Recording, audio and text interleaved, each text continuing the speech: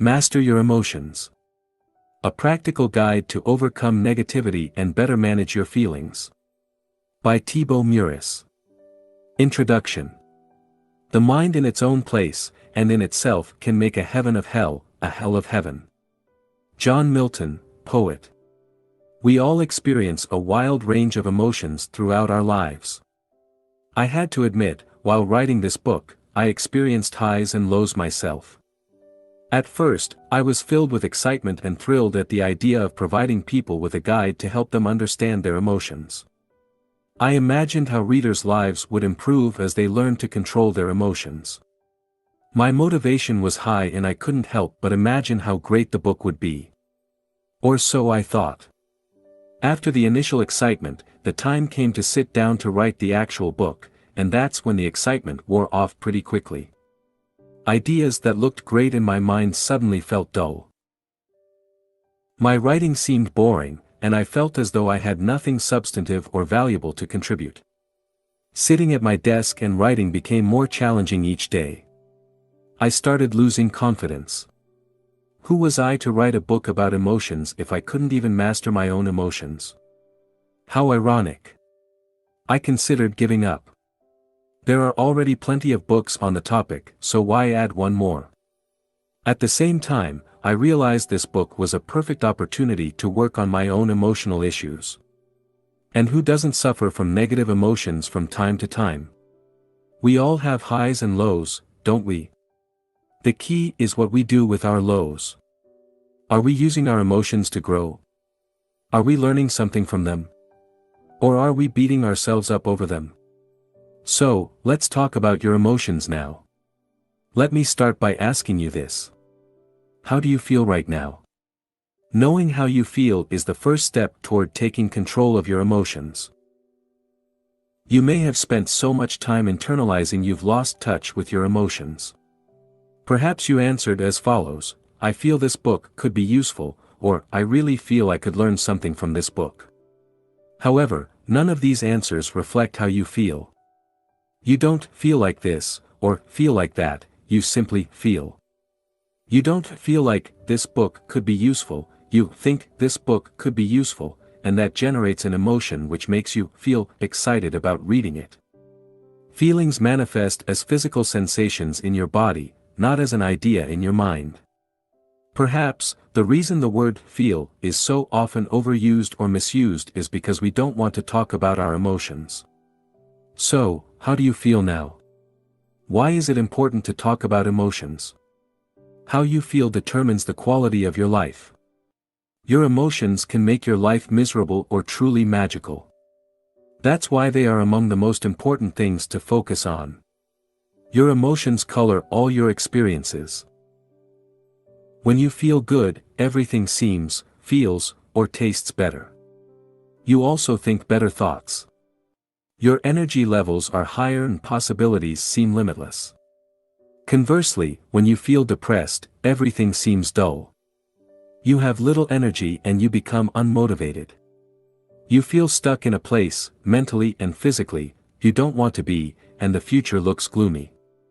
Your emotions can also act as a powerful guide. They can tell you something is wrong and allow you to make changes in your life. As such, they may be among the most powerful personal growth tools you have. Sadly, neither your teachers nor your parents taught you how emotions work or how to control them. I find it ironic that just about anything comes with a how-to manual, while your mind doesn't. You've never received an instruction manual to teach you how your mind works and how to use it to better manage your emotions, have you? I haven't. In fact, until now, I doubt one even existed. What you'll learn in this book. This book is the how-to manual your parents should have given you at birth. It's the instruction manual you should have received at school. In it, I'll share everything you need to know about emotions so you can overcome your fears and limitations and become the type of person you really want to be. You'll learn what emotions are, how they are formed, and how you can use them for your personal growth. You'll also learn how to deal with negative emotions and condition your mind to create more positive emotions. It is my sincere hope and expectation that, by the end of this book, you will have a clear understanding of what emotions are and will have all the tools you need to start taking control of them.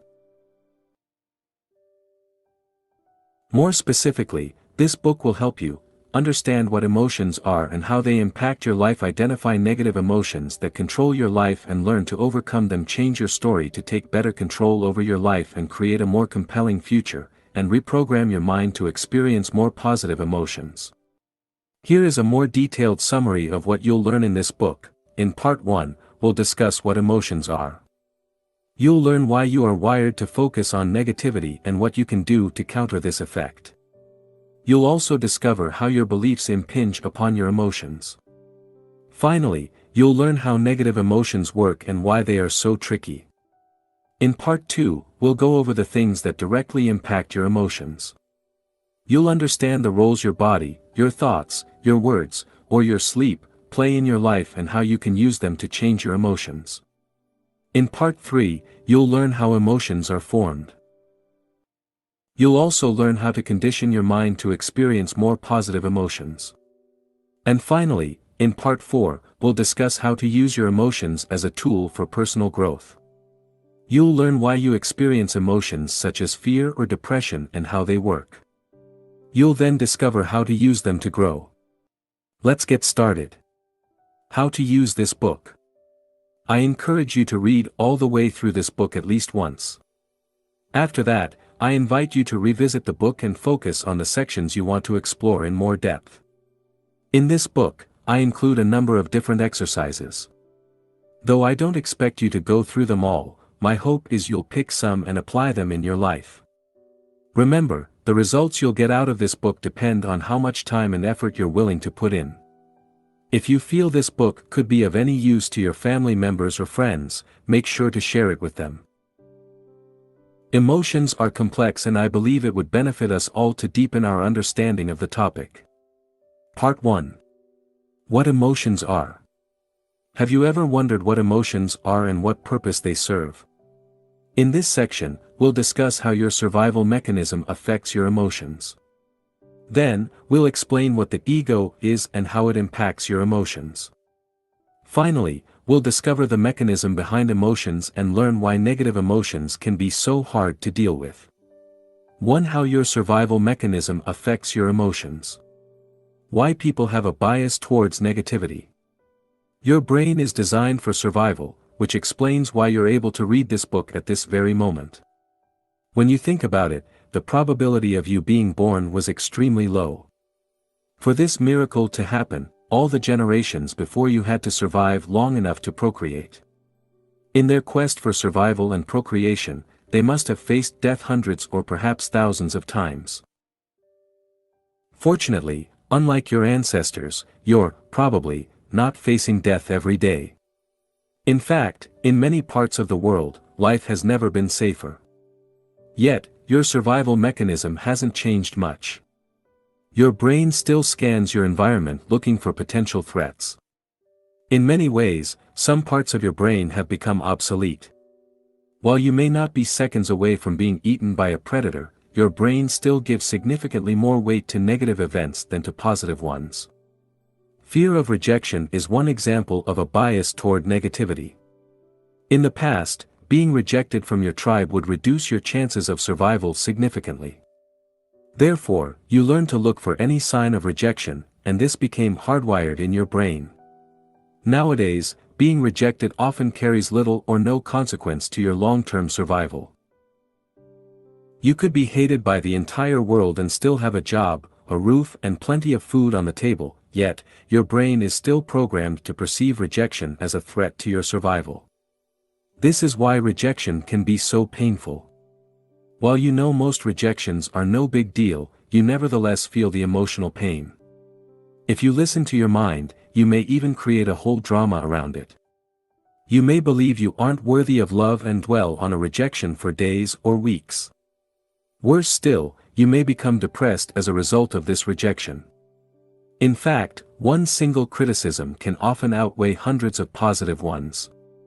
That's why, an author with 55-star reviews is likely to feel terrible when they receive a single one-star review. While the author understands the one-star review isn't a threat to her survival, her authorial brain doesn't. It likely interprets the negative review as a threat to her ego, which triggers an emotional reaction. The fear of rejection can also lead you to overdramatize events.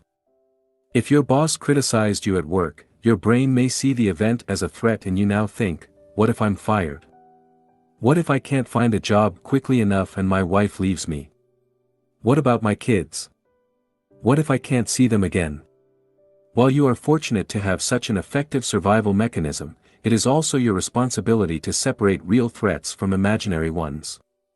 If you don't, you'll experience unnecessary pain and worry that will negatively impact the quality of your life. To overcome this bias towards negativity, you must reprogram your mind. One of a human being's greatest powers is our ability to use our thoughts to shape our reality and interpret events in a more empowering way. This book will teach you how to do this. Action Step. Complete the corresponding exercise in the workbook, Section 1. What emotions are, 1. Bias towards negativity.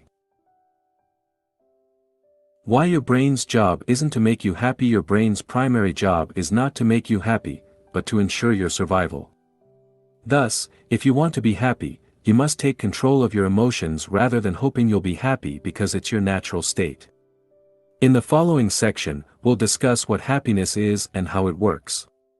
How dopamine can mess with your happiness. Dopamine is a neurotransmitter which, among other functions, plays a major role in rewarding certain behaviors. When dopamine is released into specific areas of your brain, the pleasure centers, you get a high. This is what happens during exercise, when you gamble, have sex, or eat great food. One of the roles of dopamine is to ensure you look for food so you don't die of starvation, and you search for a mate so you can reproduce. Without dopamine, our species would likely be extinct by now. It's a pretty good thing, right? Well, yes and no. In today's world, this reward system is, in many cases, obsolete. While in the past, dopamine was linked to our survival instinct, the release of dopamine can now be generated artificially. A great example of this effect is social media, which uses psychology to suck as much time as possible out of your life. Have you noticed all these notifications that pop up constantly? They're used to trigger a release of dopamine so you stay connected, and the longer you stay connected, the more money the services make.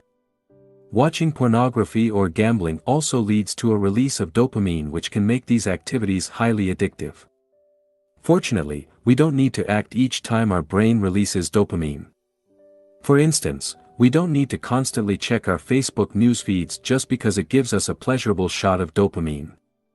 Today's society is selling a version of happiness that can make us unhappy.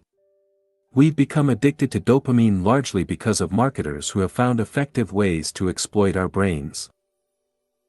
We receive multiple shots of dopamine throughout the day and we love it. But is that the same thing as happiness?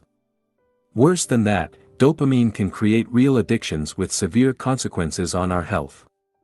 Research conducted at Tulane University showed that, when given permission to self-stimulate their pleasure center, participants did it an average of 40 times per minute. They chose the stimulation of their pleasure center over food, even refusing to eat when hungry. Korean, Lee Sung-seop is an extreme case of this syndrome. In 2005, Mr. Seop died after playing a video game for 58 hours straight with very little food or water, and no sleep. The subsequent investigation concluded the cause of death was heart failure induced by exhaustion and dehydration. He was only 28 years old. To take control of your emotions, it is essential you understand the role dopamine plays and how it affects your happiness. Are you addicted to your phone? Are you glued to your TV? Or maybe you spend too much time playing video games. Most of us are addicted to something. For some people it's obvious, but for others, it's more subtle. For instance, you could be addicted to thinking.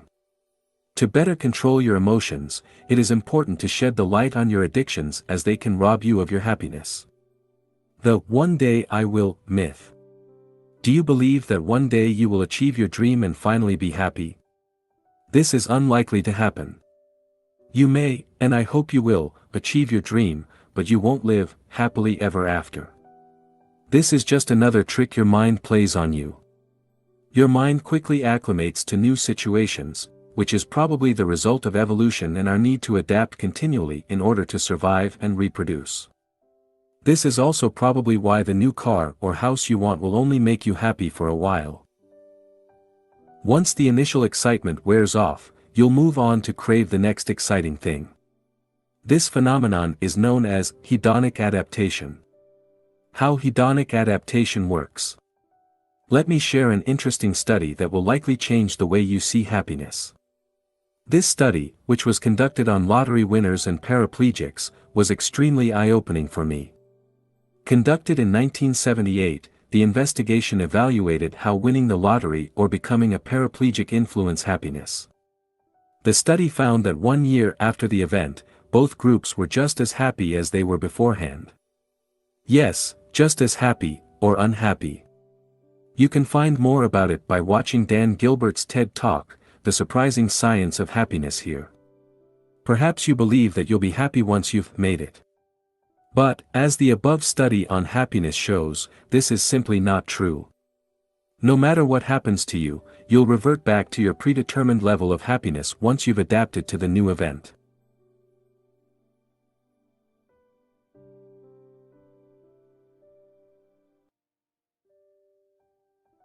This is how your mind works. Does that mean you can't be happier than you are right now? No. What it means is that, in the long run, external events have very little impact on your level of happiness. In fact, according to Sonia Lyubomirsky, author of The How of Happiness, 50% of our happiness is determined by genetics, 40% by internal factors, and only 10% by external factors.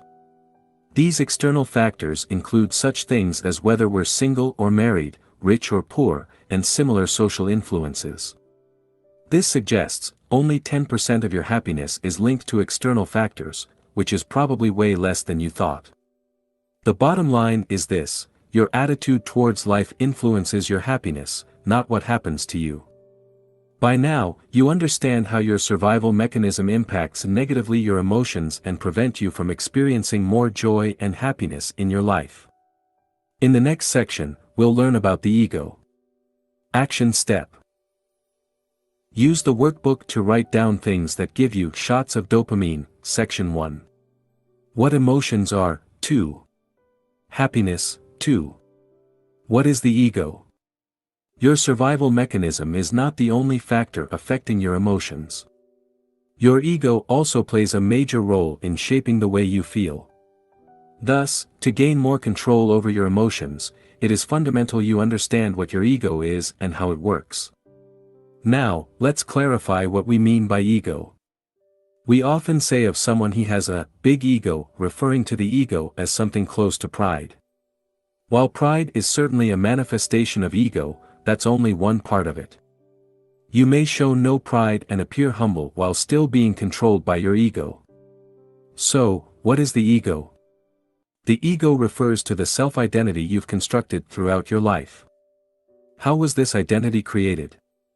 Put simply, the ego was created through your thoughts and, as a mind-created identity, has no concrete reality. Events that happen to you bear no meaning in themselves. You give them meaning only through your interpretation of those events. Additionally, you accept things about yourself because people told you to do so. What's more, you identify with your name, your age, your religion, your political belief, or your occupation in a similar way. This attachment has consequences. As we'll see later in this book, attachment creates beliefs, and these beliefs lead you to experience certain emotions. For instance, you may become offended when people criticize your religion or attack your political principles. Note that throughout this book, we'll refer to the ego as your story or your identity, using these words interchangeably. Are you aware of your ego? Your understanding of the way your ego works depends on your level of self-awareness. People at the lowest level of consciousness are not even aware the ego exists and, as a result, are enslaved by it. On the other hand, highly self-conscious people can see through their ego. They understand how belief works and how excessive attachment to a set of beliefs can create suffering in their life. In effect, these individuals become the master of their mind and are at peace with themselves.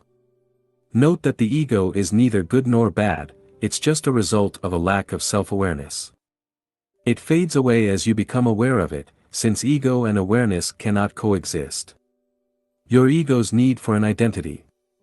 Your ego is a selfish entity, only concerned about its own survival. Interestingly, it's rather similar to your brain in the way it operates. It has its own survival mechanism and will do whatever it can to persist. As with your brain, its primary concern is neither your happiness nor your peace of mind. On the contrary, your ego is restless. It wants you to be a go-getter. It wants you to do, have and achieve great things so you can become a somebody. As we already mentioned, your ego needs an identity to exist. The way it does that is through identification with things, people, or beliefs and ideas. Now, let's look at some of the things your ego identifies with to strengthen its identity: physical items. The ego likes to identify with physical things. Needless to say, it thrives in today's world. Perhaps, we can say capitalism and the consumer society we're living in today is the creation of collective egos, which is why it has been the dominant economic model in the recent decades. Marketers perfectly understand people's need to identify with things. They know people don't just buy a product, they also buy the emotions or story attached to the product. Often, you buy certain clothes or a particular car because you want to tell a story about yourself. For instance, you may want to enhance your status, look cool or express your unique personality, and choose the products most closely associated with these ideals. This is how the ego works. It uses things to create a story you can identify with. It doesn't mean things are wrong per se. It's a negative issue only when you become overly attached to things, believing they can fulfill you, which they can't. Your body. Most people derive their self-worth from their physical appearance. Your ego loves the way you look because it is the easiest thing to recognize and quantify. When you strongly associate with your physical appearance, you tend to identify more easily with physical and emotional pain. Believe it or not, you can observe your body without identifying with it. Friends/acquaintances. The ego also derives its sense of identity from your relationships with others. The ego is only interested in what it can get from others. In other words, the ego thrives on the way it can use people to strengthen its identity. If you are honest with yourself, you'll realize most of the things you do are attempts to obtain the approval of others. You want your parents to be proud of you, your boss to respect you, and your wife to love you. Now, let's see in more detail how the ego works in the following cases: parent/child relationships. Some parents' egos lead to the creation of a strong sense of attachment and identification with their children. This is based on the false belief their children are their possessions. As a result, they try to control their children's lives and use them to live the life they wanted to live when they were younger. This is called living vicariously through your children. You see this all the time. Next time you watch a junior soccer, or baseball, game, watch the parents on the touchline to see how some react. Try spotting the parents living vicariously. They are the ones screaming the loudest, and not simply in encouragement. This may happen largely unconsciously. Couples. The feeling of needing someone is very much a play of the ego as well. Anthony de Mello has a beautiful way to put it when he says, "Loneliness is not cured by human company. Loneliness is cured by contact with reality, by understanding that we don't need people." Anthony de Mello. Once you realize you don't actually need anyone, you can start enjoying people's company. You can see them as they really are rather than trying to get something from them. Your beliefs. Your ego also uses beliefs to strengthen its identity. In extreme cases, people become so attached to their beliefs they are ready to die to protect them. Worse still, they are willing to kill people who disagree with them. Religion is a perfect illustration of the dangers of excessive attachment to beliefs. The ego will use any belief to strengthen its identity, whether these beliefs are religious, political, or metaphysical. Other objects of identification. Now let's have a look at a non-exhaustive list of things your ego generally derives its identity from: your body, your name, your gender, your nationality, your culture, your family/friends, your beliefs, political beliefs, religious, etc. Your personal story, your interpretation of the past, your expectations regarding the future. Your problems, illnesses, financial situation, victim mindset, etc. Your age. Your job. Your social status. Your role, as employee, homemaker, parental status, employment status, etc. Material items, your house, car, clothes, phone, etc. Your desires. The ego's main characteristics. Here are some main characteristics of the ego. The ego tends to equate having with being, which is why the ego likes to identify with objects. The ego lives through comparison. Your ego likes to compare itself with other egos. The ego is never satisfied. Your ego always wants more. More fame, more stuff, more recognition, and so on. The ego's sense of self-worth often depends on the worth you have in the eyes of others. Your ego needs the approval of other people to feel valued. The ego's need to feel superior. Your ego wants to feel superior to other egos. It wants to stand out and needs to create artificial separations to do that. Here are some stratagems it employs, enhancing its value through people. If you have smart/famous friends, your ego will associate with them to strengthen its identity. This is why some people love to tell others how smart, rich, or famous their friends are. Gossiping. People gossip because it makes them feel different and superior in some way. This is why some people like to put other people down and talk behind their back. It makes them, and everybody else in their gossiping group, feel superior. Manifesting an inferiority complex. This hides a desire to be better than others. Yes, even in this case, people want to feel superior. Manifesting a superiority complex. This hides the fear of not being good enough. Looking for fame. This offers the illusion of superiority, which is why people often dream of becoming famous. Being right. The ego loves to be right. It's a great way for it to affirm its existence. Have you noticed that everybody, from Adolf Hitler to Nelson Mandela, believe they're doing the right thing? Most people think they are correct. But can everybody be right? Complaining. When people complain, by definition they believe they are right and others are wrong. It works with objects as well. Have you ever bumped into a table and complained or even insulted it?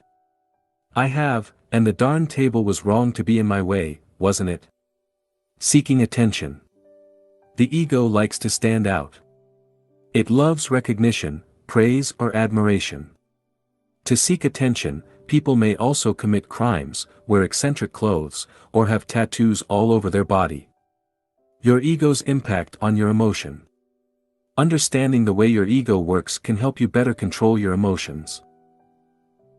To do this, you must first realize your current story is the result of a strong identification with people, things, or ideas.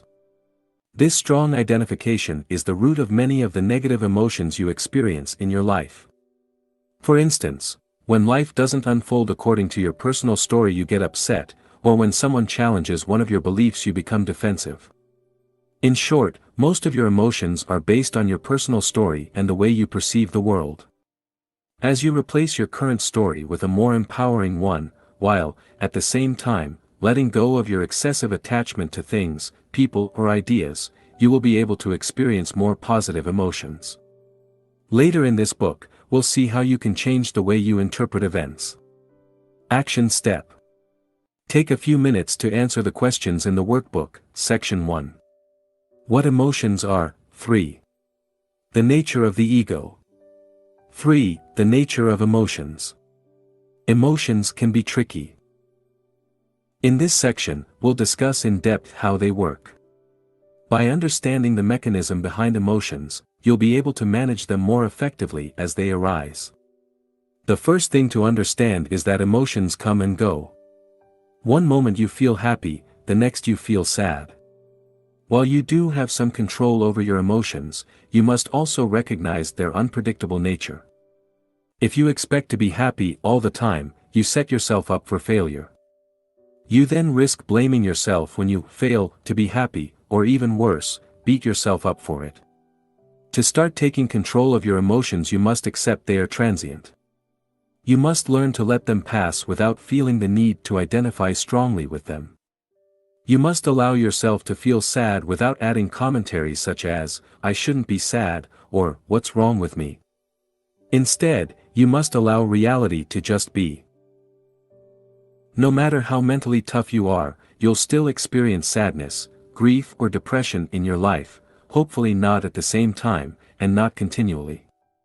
At times, you'll feel disappointed, betrayed, insecure, resentful or ashamed. You'll doubt yourself and doubt your ability to be the person you want to be. But that's okay because emotions come, but, more importantly, they go. Your negative emotions are not bad or useless. You may blame yourself for experiencing negative emotions or, perhaps, you see yourself as mentally weak. You may even believe something is wrong with you. However, despite what your inner voice may say, your emotions aren't bad. Emotions are simply emotions. Nothing more. As such, being depressed doesn't make you less of a person than you were 3 weeks ago when you were happy. Feeling sad now doesn't mean you'll never be able to laugh again. Remember this: the way you interpret emotions, as well as the blame game you engage in, creates suffering, not the emotions themselves. In fact, negative emotions can actually be helpful. Sometimes, you need to touch rock bottom before you can reach the top. Even the toughest people on earth become depressed. Elon Musk never imagined he would have a mental breakdown, but he did, and he bounced back. After losing his fiancée, Abraham Lincoln was depressed for months. This tragic event didn't prevent him from becoming President of the United States. Negative emotions often serve a purpose. They may serve as a wake-up call. They may help you learn something positive about yourself. Of course, when you're under their spell, it may be difficult to look at the bright side of things, but in hindsight, you may realize emotions, even sad ones, had their role to play in your ultimate success. The positive role of negative emotions. Your emotions are not here to make your life harder, but to tell you something. Without them, you wouldn't grow. Think of your negative emotions as the emotional equivalent of physical pain. While you hate being in pain, if you didn't have pain, chances are you would be dead by now. Physical pain sends a powerful signal that something is wrong, nudging you to take action of some kind. It could be to consult your doctor, which may lead you to undergo surgery, change your diet, or increase exercise. Without physical pain, you wouldn't do any of these things and your situation would worsen, potentially leading to a premature death. Emotions work the same way. They signal you to do something about your current situation. Perhaps, you need to let go of some people, quit your job, or remove a disempowering story that creates suffering in your life. The fleeting nature of emotions. No matter how depressed you are, how much grief you're experiencing, or how horrible you feel at a given point in time, this shall pass. Look at some of the negative emotions you experienced in the past. Remember the worst times in your life. During these most difficult periods, you were probably so caught up in your emotions you imagined never being able to escape them. You couldn't imagine being happy again. But even these episodes ended. Eventually, the clouds dissipated and the real you shone again. Your emotions come and they go. Your depression will go, your sadness will vanish and your anger will fade away. Bear in mind, if you experience the same emotions repeatedly, it probably means you hold disempowering beliefs and need to change something in your life. We'll discuss how later. If you suffer from severe, chronic depression, it might be a good idea to consult a specialist. The trickiness of emotions. Have you ever felt you'll never be happy again? Have you ever been so attached to your emotions you thought they'll never go away? Don't worry, it's a common feeling. Negative emotions act as a filter that taints the quality of your experiences. During a negative episode, every experience is perceived through this filter. While the world outside may remain the same, you will experience it in a completely different way based on how you feel. For instance, when you're depressed, you don't enjoy the food you eat, the movie you see, or the activities in which you engage. You only see the negative side of things, feeling trapped and powerless. On the other hand, when you're in a positive mood, everything in life appears better. Food tastes great, you're naturally friendlier, and you enjoy all the activities you partake in. You may now believe that, armed with the knowledge you have gained from this book, you'll never be depressed again. Wrong. You'll keep experiencing sadness, frustration, depression, or resentment, but hopefully, each time these occur, you'll become wiser and wiser, remembering that this too shall pass. I have to admit, I can easily be fooled by my emotions. While I know I am not my emotions, I still give them too much credit and fail to realize they are just temporary visitors. More importantly, I fail to remember they are not me. Emotions always come and go, but I remain. Once the emotional storm has passed, I generally feel like an idiot for having taken my emotions so seriously. Do you? Interestingly, external factors might not be, and often aren't, the direct cause of a sudden change in your emotional state.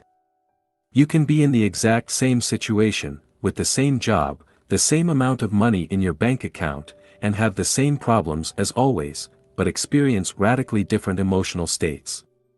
In fact, if you look at your past, this is often what happens. You are mildly depressed for a couple of hours or a few days, before bouncing back to your default emotional state. During this period of emotional stress, your environment doesn't change at all.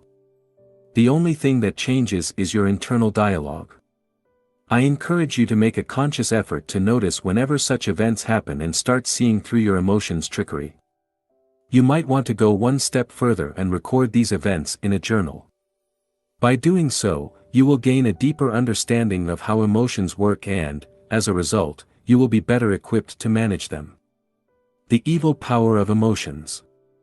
An emotion usually represents an amplified energized thought pattern, and because of its often overpowering energetic charges, it is not easy initially to stay present enough to be able to watch it. It wants to take you over, and it usually succeeds, unless there is enough presence in you. Eckhart Tolle, The Power of Now. Negative emotions are like a spell. While you're under their influence, breaking free from them seems impossible. You may know dwelling on the same thoughts is pointless, yet you can't help but go along with the flow. Feeling an intense pull, you keep identifying with your thoughts and, as a result, feel worse and worse. When this happens, no rational argument seems to work. The more these emotions fit your personal story, the stronger the pull becomes. For instance, if you believe you aren't good enough, you may experience negative emotions such as guilt or shame each time you judge what you do is not good enough. Because you've experienced these emotions so many times before, they have become an automatic response. For more information on how the identification with emotions works, refers to the section Identification. The filtering power of emotions. Your emotional state can drastically affect your outlook on life, leading you to act and behave differently. When you're in a positive state, you have more energy available. This gives you more confidence in everything you do. An openness to consider new actions that could improve your life. The ability to leave or break out of your comfort zone, more emotional room to persevere during tough times, better ideas and enhanced creativity, and easy access to positive emotions within the same emotional range. When you're in a negative state of mind, you have less energy available, giving you a lack of confidence that affects everything you do, a lack of motivation that reduces the scope of actions you're willing to take. A reluctance to take on new challenges and leave your comfort zone. A reduced ability to persevere in face of setbacks, and a propensity to attract negative thoughts within the same emotional range. Let's have a look at a real example.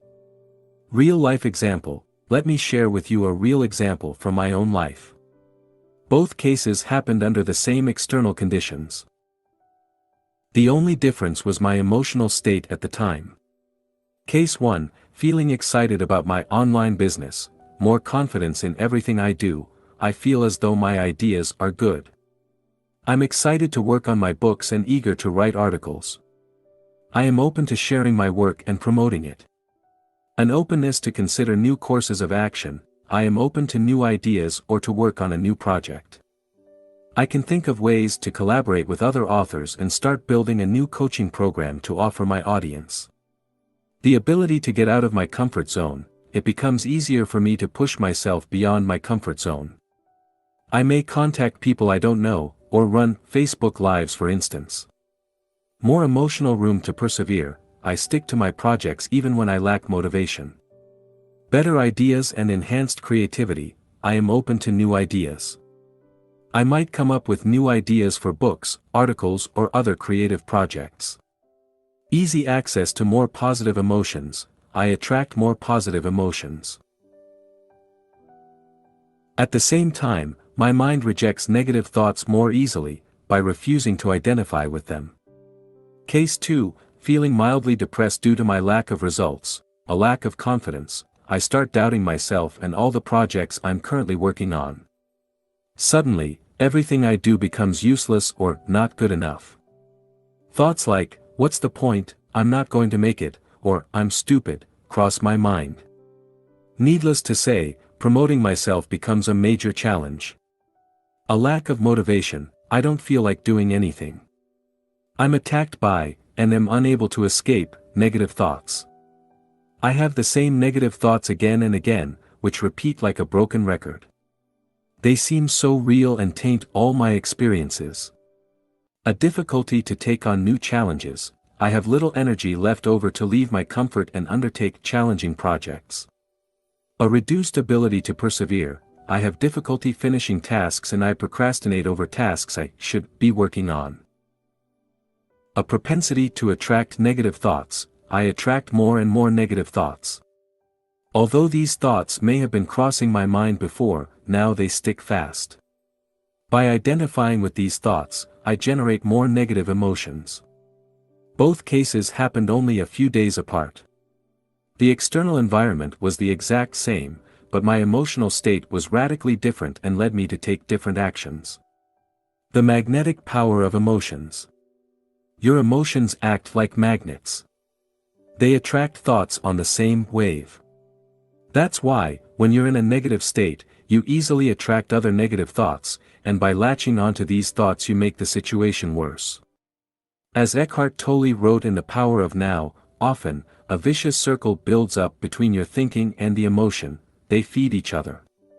The thought pattern creates a magnified reflection of itself in the form of an emotion, and the vibrational frequency of the emotion keeps feeding the original thought pattern.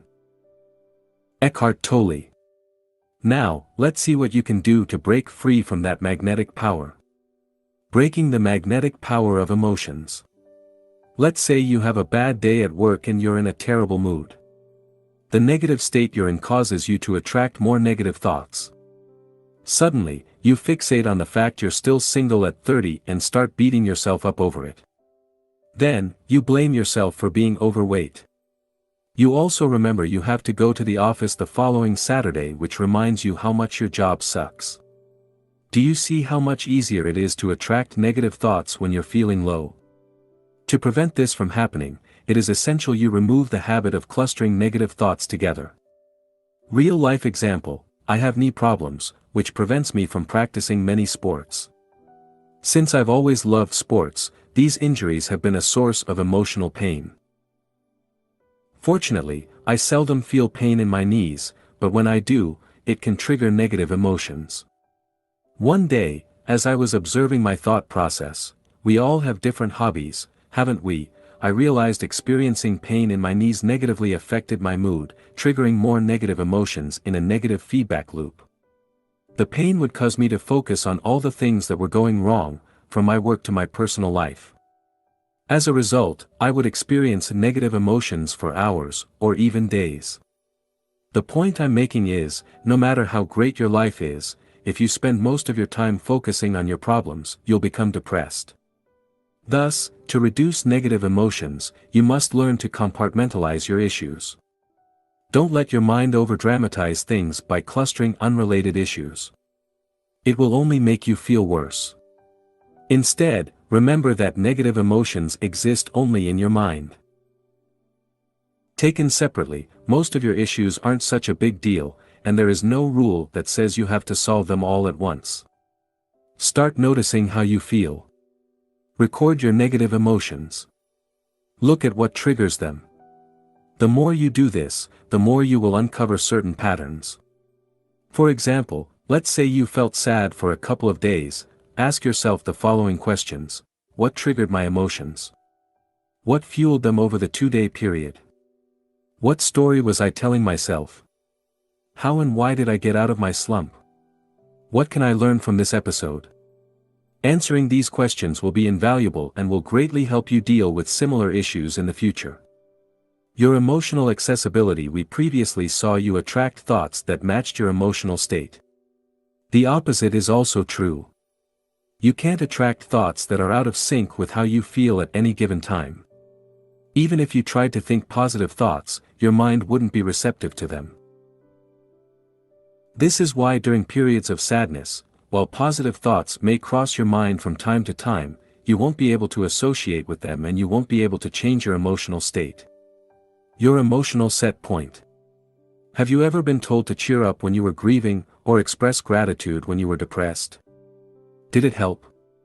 It probably didn't. This is because the emotional state you were in didn't allow you access to these emotions.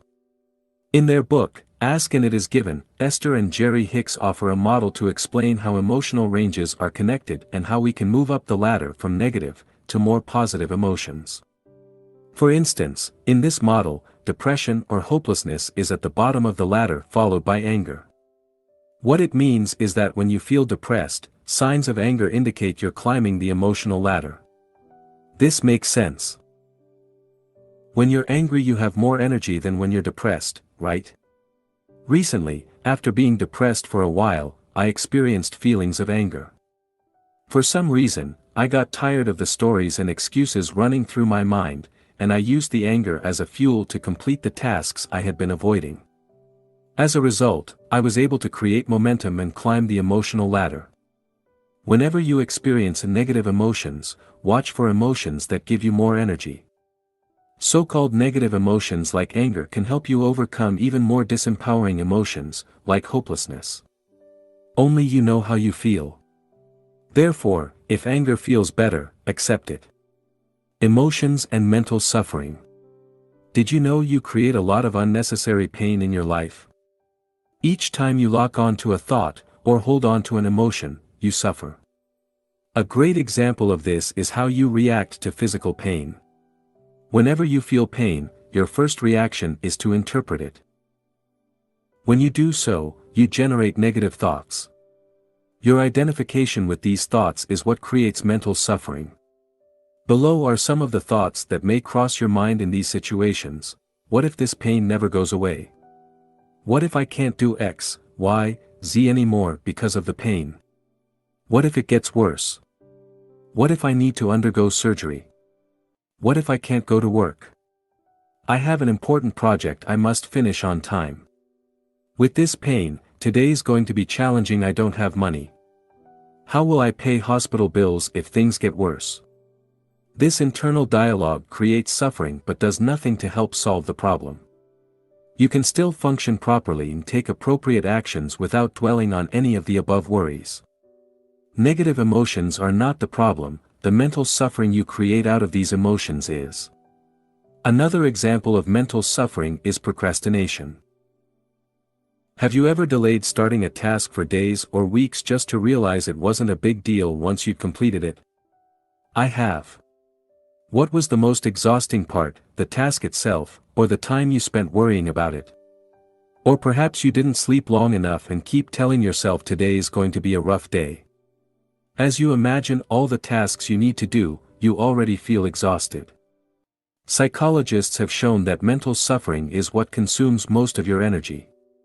After all, sitting at a desk all day shouldn't be that tiring, yet many of us feel exhausted at the end of the day. In his classic book, How to Stop Worrying and Start Living, Dale Carnegie wrote the following: one of America's most distinguished psychiatrists, Dr. Brill, goes even further. He declares, 100% of the fatigue of the sedentary worker in good health is due to psychological factors, by which we mean emotional factors. Dale Carnegie. People inflict a tremendous amount of suffering on themselves. As you continue reading this book, you'll realize the idiocy of this activity. You'll notice people around you dwelling on a past they cannot alter. You'll see your family members and friends worrying about a future they cannot predict. You'll witness people having the same repeated thoughts, running in circles to fight a problem that exists only in their mind. For thousands of years, mystics have told us that problems are in our mind. They have repeatedly invited us to look within. Yet, today, how many people are listening? Too many of us are addicted to our problems.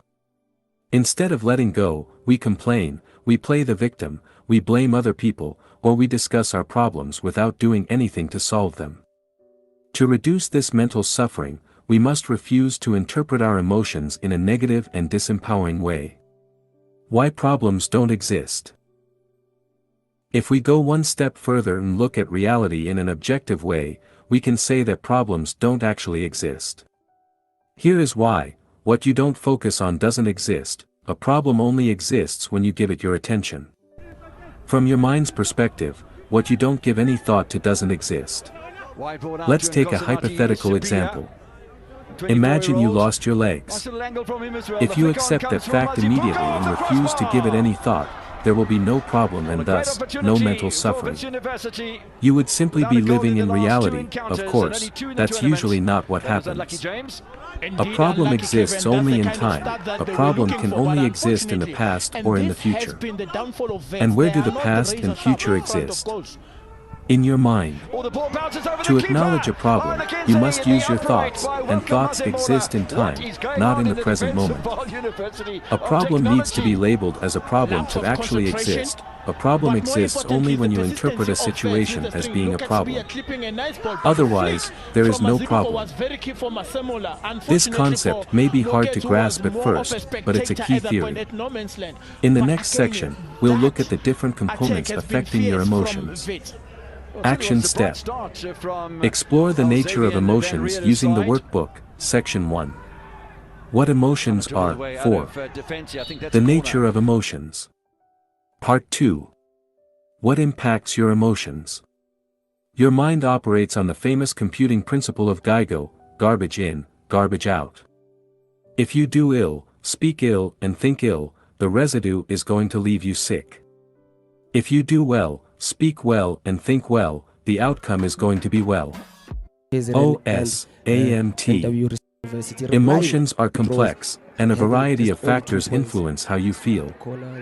In this section, we'll cover some of the elements affecting what drives your emotions. The good news is, you have some control over them. If we exclude spontaneous emotional reactions resulting from your survival mechanism, most of your emotions are self-created. They result from the way you interpret thoughts or events. However, these aren't the only elements that affect your emotional state. Your body, your voice, the food you eat, or how much you sleep, also play a role in determining the quality of your emotions and therefore the quality of your life. Let's see how each of these elements impact your emotions. 4. The impact of sleep on your mood. The quality of your sleep and how much of it you get affects your emotional state. You've probably experienced the side effects of sleep deprivation yourself. Perhaps, you felt grumpy, unable to concentrate, listless, or had difficulty dealing with negative emotions. Sleep deprivation can impact mood in many different ways. According to a survey performed on people suffering from anxiety or depression, most of the respondents reported receiving less than 6 hours sleep per night. Sleep deprivation also increases mortality risk. A 2016 study conducted by researchers at nonprofit organization, RAND Europe, estimated that people sleeping less than 6 hours a night had a 13% increased mortality risk than people sleeping between 7 and 9 hours. The same studies revealed that lack of sleep cost an estimated $411 billion per year to the United States economy. Interestingly, sleep deprivation also seems to reduce an individual's ability to enjoy positive experiences. One study shows that, while people who had enough sleep did experience a positive effect from such experiences, no such effect was generated in people who were sleep deprived. How to improve the quality of your sleep? There are many ways to improve the quality of your sleep. Let's go over some of them. Make sure your bedroom is pitch black. Many studies have shown that the darker the bedroom is, the better we tend to sleep. If your room isn't pitch black, what can you do to make it darker? Maybe you can buy a sleep mask, or curtains that do a better job at blocking daylight. Avoid using electronic devices. This applies to smartphones, tablets, televisions, and the like. According to sleepfoundation.org, studies have shown that even our small electronic devices emit sufficient light to miscue the brain and promote wakefulness. As adults, we are subject to these influences, and our children are particularly susceptible.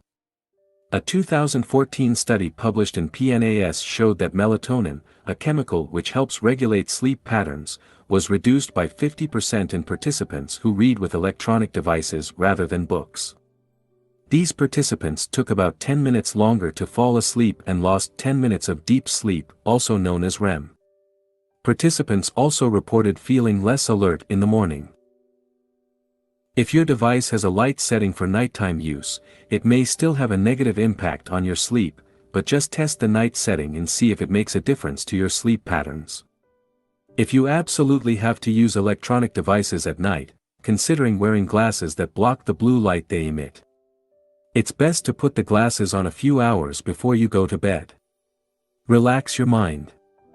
If you're like me, you may have all kinds of thoughts running through your head when it's time to fall asleep. I tend to get very excited about new ideas I have, or things I want to do. As a result, I often feel as though there are so many things I could have completed during the day, and these feelings make it difficult for me to sleep. Aside from turning off electronic devices before bed, I've found that listening to soothing music really helps. Reading a physical book can also help me relax, as long as I don't get too excited by the book, which has been known to happen. Avoid drinking too much water within 2 hours of going to bed. This one is obvious, but still worth mentioning. If you have to go to the bathroom in the middle of the night, it's going to interrupt your sleep pattern. This, of course, will probably make you more tired the next day. Have an evening ritual. This alone will help you fall asleep more easily. It's best to try going to bed at the same time every night, including the weekends. If you like to go out during the weekend and stay up late, this will present a challenge, but I encourage you to give it a try and see how it goes. An evening ritual will also help you stay on track with your morning ritual. It will be easier to wake up every day at the same time without feeling tired if you have a morning and a nighttime ritual. If you do go out and stay up late during the weekend, one thing you can do is still wake up as early as during the weekdays and have a couple of naps throughout the day as necessary. If you have difficulty sleeping well, try to implement some of the things mentioned above. The best advice I can give you is to keep trying different strategies until you figure out what works best for you. 5. Using your body to influence your emotions. Our bodies change our minds change our behavior, and our behavior changes our outcomes. Amy Cuddy. Social psychologist. Body language and body posture. By changing your body language and your body posture, you can alter the way you feel. When you are confident or happy, you expand your body and make yourself bigger. Have you noticed how men straighten their backs, expand their chests, and tighten their stomachs when they see an attractive woman? That's an unconscious behavior designed to show confidence and power, the same way gorillas pound their chests. In one of her experiments, Amy Cuddy, a social psychologist at Harvard Business School, showed that participants who adopted a high-power pose for just 2 minutes displayed characteristics similar to those of confident and powerful people. More specifically, she noticed the following hormonal changes. After adopting a high-power pose for 2 minutes, testosterone increased by 25%. Cortisol decreased by 10%, and risk tolerance increased, with 86% of participants choosing to partake in a game of chance. After adopting a low-power pose for 2 minutes, testosterone decreased by 10%. Cortisol increased by 15%, and risk tolerance decreased, with only 60% of participants choosing to partake in a game of chance. As you can see, you can actually change the way you feel merely by changing your body posture or facial expression. It is what some people call, fake it until you make it. For instance, you can put a smile on your face to make you feel happier. Conversely, you can negatively affect your mood and even create a depression by changing your body posture. David K. Reynolds, in his book Constructive Living, explained how he changed his identity for his alter ego, David Kent, and created a depressed, suicidal patient. The goal was to be accepted as an anonymous patient into various psychiatric facilities to assess them from the inside. Note that he wasn't simulating depression, he was actually depressed. Psychological tests proved it.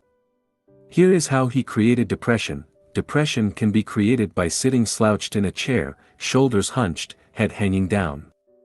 Repeat these words over and over. There's nothing anybody can do. No one can help. It's hopeless. I'm helpless. I give up. Shake your head, sigh, cry. In general, act depressed and the genuine feeling will follow in time. David K. Reynolds, Constructive Living.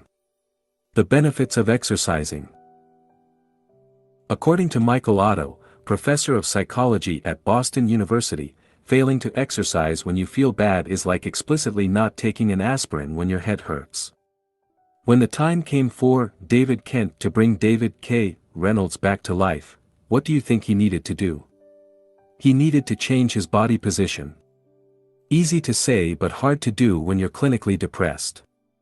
Of course, he knew that better than anybody else. Still, he had to force himself to become physically active, despite not wanting to do so. As he started increasing his physical activity and getting busy, he felt better and better until he fully recovered.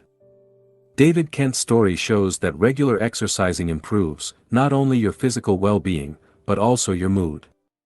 Studies have shown that exercising can treat mild to moderate depression as effectively as antidepressants. In one study, James Blumenthal, a clinical psychologist at Duke University, assigned sedentary adults with major depressive disorders to one of 4 groups: supervised exercise, home-based exercise, antidepressant therapy, or a placebo pill. After 4 months, Blumenthal found that patients in the exercise and antidepressant group had the highest rates of remission. In his conclusions, he stated that exercise has more or less the same effect as antidepressants. When he followed up with the same patients a year later, Blumenthal discovered that people who were still exercising regularly had lower depression scores than people who only exercised sporadically. Exercise seems to not only help treat depression, but also to prevent relapse. So, when it comes to mastering your emotions, make sure exercising is part of your toolbox. Fortunately, you don't have to run 10 miles a day to reap the benefits of exercise. Simply walking for 30 minutes, 5 days a week can work wonders. According to research published in PLOS Medicine, 2.5 hours moderate exercise a week could add 3.25 years to your lifespan. Another study of 5,000 people in Denmark showed that individuals who exercised regularly lived 5 to 7 years longer than sedentary counterparts. As for the benefits of exercising on your mood, they are both immediate and long-term. Professor of Psychology, Michael Otto, says you usually derive a mood enhancement effect within 5 minutes of partaking in moderate exercise. And, as we've just seen, exercising regularly improves your long-term mental health and can be as effective as antidepressants. What about you?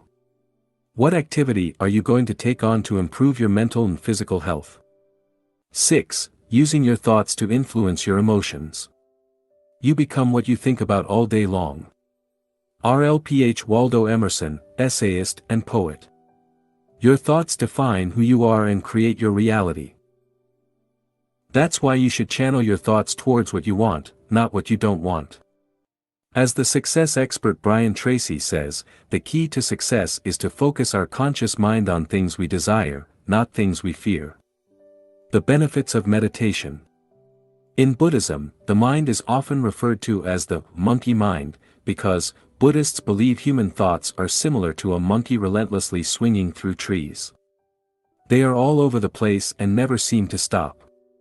Meditation helps tame the monkey and cure it of restlessness. As you meditate, you become aware of the incessant flow of thoughts popping into your mind. With practice, you learn to distance yourself from thoughts, reducing their power and their impact. As a result, you'll experience less negative emotions and feel more at peace. The benefits of visualization. Did you know your subconscious can't clearly distinguish real experiences from fake ones? This means you can trick your mind by simulating desired experiences through visualization. The more details you visualize, the more your brain will interpret the experience as real. By using visualization to elicit positive feelings such as gratitude, excitement, or joy, you can condition your mind to experience more positive emotions, as we'll see in more depth in the section, Conditioning Your Mind. 7. Using your words to influence your emotions. Your words have more impact on your thoughts and behaviors than you might realize. Because your thoughts, words, and behaviors are all interconnected, they influence each other. For instance, when you lack confidence, you use certain words such as, "I'll try," "I hope," or "I wish." Conversely, using specific words can make you feel less confident. This also means you can boost your confidence by using certain words such as, "I will."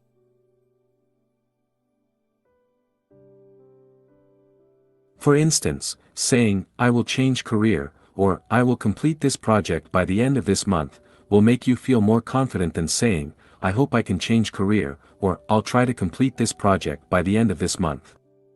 To enhance your confidence, replace words that show self-doubt with words that display confidence as shown below. Words to be avoided: would / could / should / might try / hope / wish. Maybe / perhaps. If everything is okay. If everything goes well. Words to be used instead: I will. Absolutely. Definitely. Of course. Sure. Certainly. Obviously. Without any doubt. No problem. The power of positive affirmations. Positive affirmations are sentences you repeat to yourself on a regular basis until your subconscious mind accepts them as true. Over time they help you condition your mind to experience positive emotions such as confidence or gratitude. For more information on how to condition your mind, refer to the section, Conditioning Your Mind. How to use positive affirmation. Use the present tense and not the future tense, I am, not, I will. Avoid negative forms like, I am not shy. Instead, use, I am confident. Repeat this sentence again and again for 5 minutes. Do it every single day without exception for a month, and preferably longer. Use visualization at the same time and involve your emotions. Some examples of powerful affirmations: I love being confident. I am independent of the good or bad opinions of others. I am beneath no one and no one is beneath me. I love you.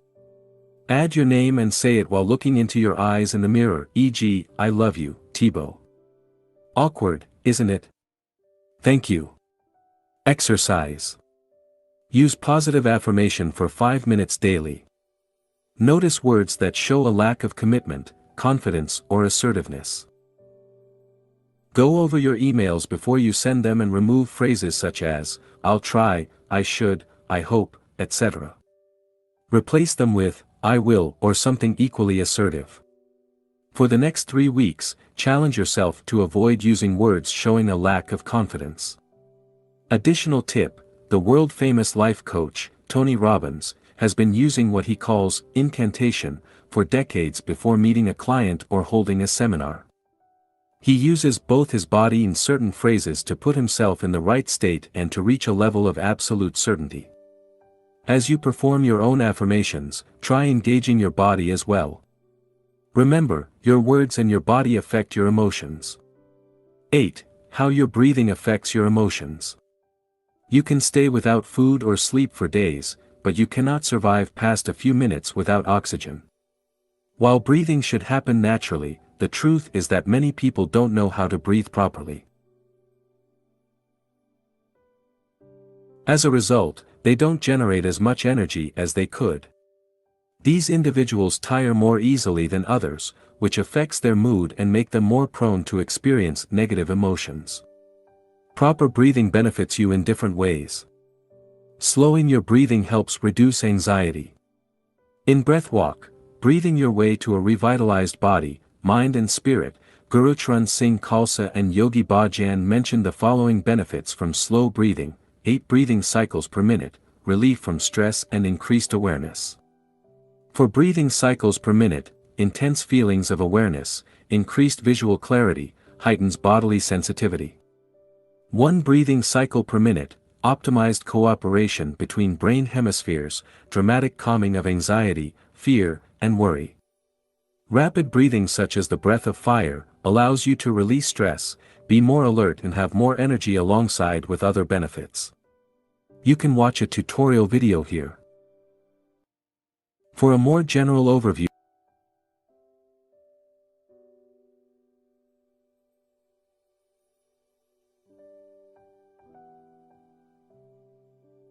on how to breathe properly, I invite you to watch the video here. For more on how to use breathing to change your mood, you can refer to Breath Walk, Breathing Your Way to a Revitalized Body, Mind and Spirit, or search out other books on breathing. 9. How your environment affects your emotions. Your environment also influences the way you feel. By environment, I mean everything around you can affect you in some way. It could be people you hang out with, TV shows you watch, or the place you live.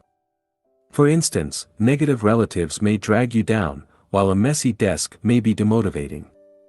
I've noticed that when I feel demotivated, decluttering my desk, cleaning my room, or reorganizing files on my computer often gives me a boost of motivation. For more on how you can use your environment to change your emotions, see the section, Changing Your Environment. 10. How music affects your emotions. We all know music affects our mood. Who hasn't listened to Rocky's song while working out? For instance, music can help you relax when you're tired, motivate you when you're in a slump, help you persevere when you're at the gym, help you access feelings of gratitude, and put you in a positive mood state. Some studies have shown that listening to positive music can help people boost their mood. In a study conducted in 2012, participants reported higher positive mood after listening to a positive song for just 12 minutes, 5 times, over a 2-week period. Interestingly, it only worked with participants who were told to make an effort to boost their mood. Other participants didn't report such mood improvement. Another study conducted in 2014 showed that music can help reduce negative mood and boost self-esteem as indicated below. Specifically, the most significant results of the music interventions on the psychological side can be identified in the aspects more closely related to mood, especially in the reduction of the depressive and anxieties component, and in the improvement of the emotional expression, communication and interpersonal skills, self-esteem and quality of life. Valerie N. Stratton, Ph.D. and Annette H. Zalanowski, of Penn State University, also studied the effect of music on mood. They asked their students to keep music diaries for 2 weeks. Stratton concluded that, not only did our sample of students report more positive emotions after listening to music, but their already positive emotions were intensified by listening to music. Interestingly, the music genre and the context in which students listened to the music didn't affect the result. Students' mood improved whether they listened to rock or classical music, or whether they were at home, driving, or socializing. Using music to condition your mind. You can go one step further and use the power of music to condition your mind by creating playlists tailored to your emotional needs. Building playlists is time-consuming, but well worth the effort. The world-class endurance athlete and coach, Christopher Bergland, uses music to help him stay motivated and perform at his best. This is what he wrote in an article published in Psychology Today. As an athlete, I developed an ideal mindset for peak performance and used an arsenal of time-tested songs to fortify this alter ego and invincible state of mind. During my training and races, it became obvious that even in really horrible weather conditions, or when I was physically suffering, that I could use music, and my imagination, to create a parallel universe that had little to do with reality. I used music to stay optimistic and see the glass as perpetually half full while doing ultra-endurance races. You can use music as a tool when you work out or in your daily life the same way. Christopher also enjoys listening to specific songs before a big interview or when he does public speaking. Personally, I like to listen to songs that make me feel grateful. What about you? How can you use music to improve your mood? Exercise. Experiment with different types of music. Experiment with different types of music and see how you can use them to boost your mood. For instance, you could use music to help you meditate, work out, or do your homework. As you do so, keep the following points in mind. Everybody is different. Don't listen to a song because it's popular. Listen to it because it makes you feel the way you want to feel. We all have different musical tastes. The only thing that matters is how you feel when you listen to music.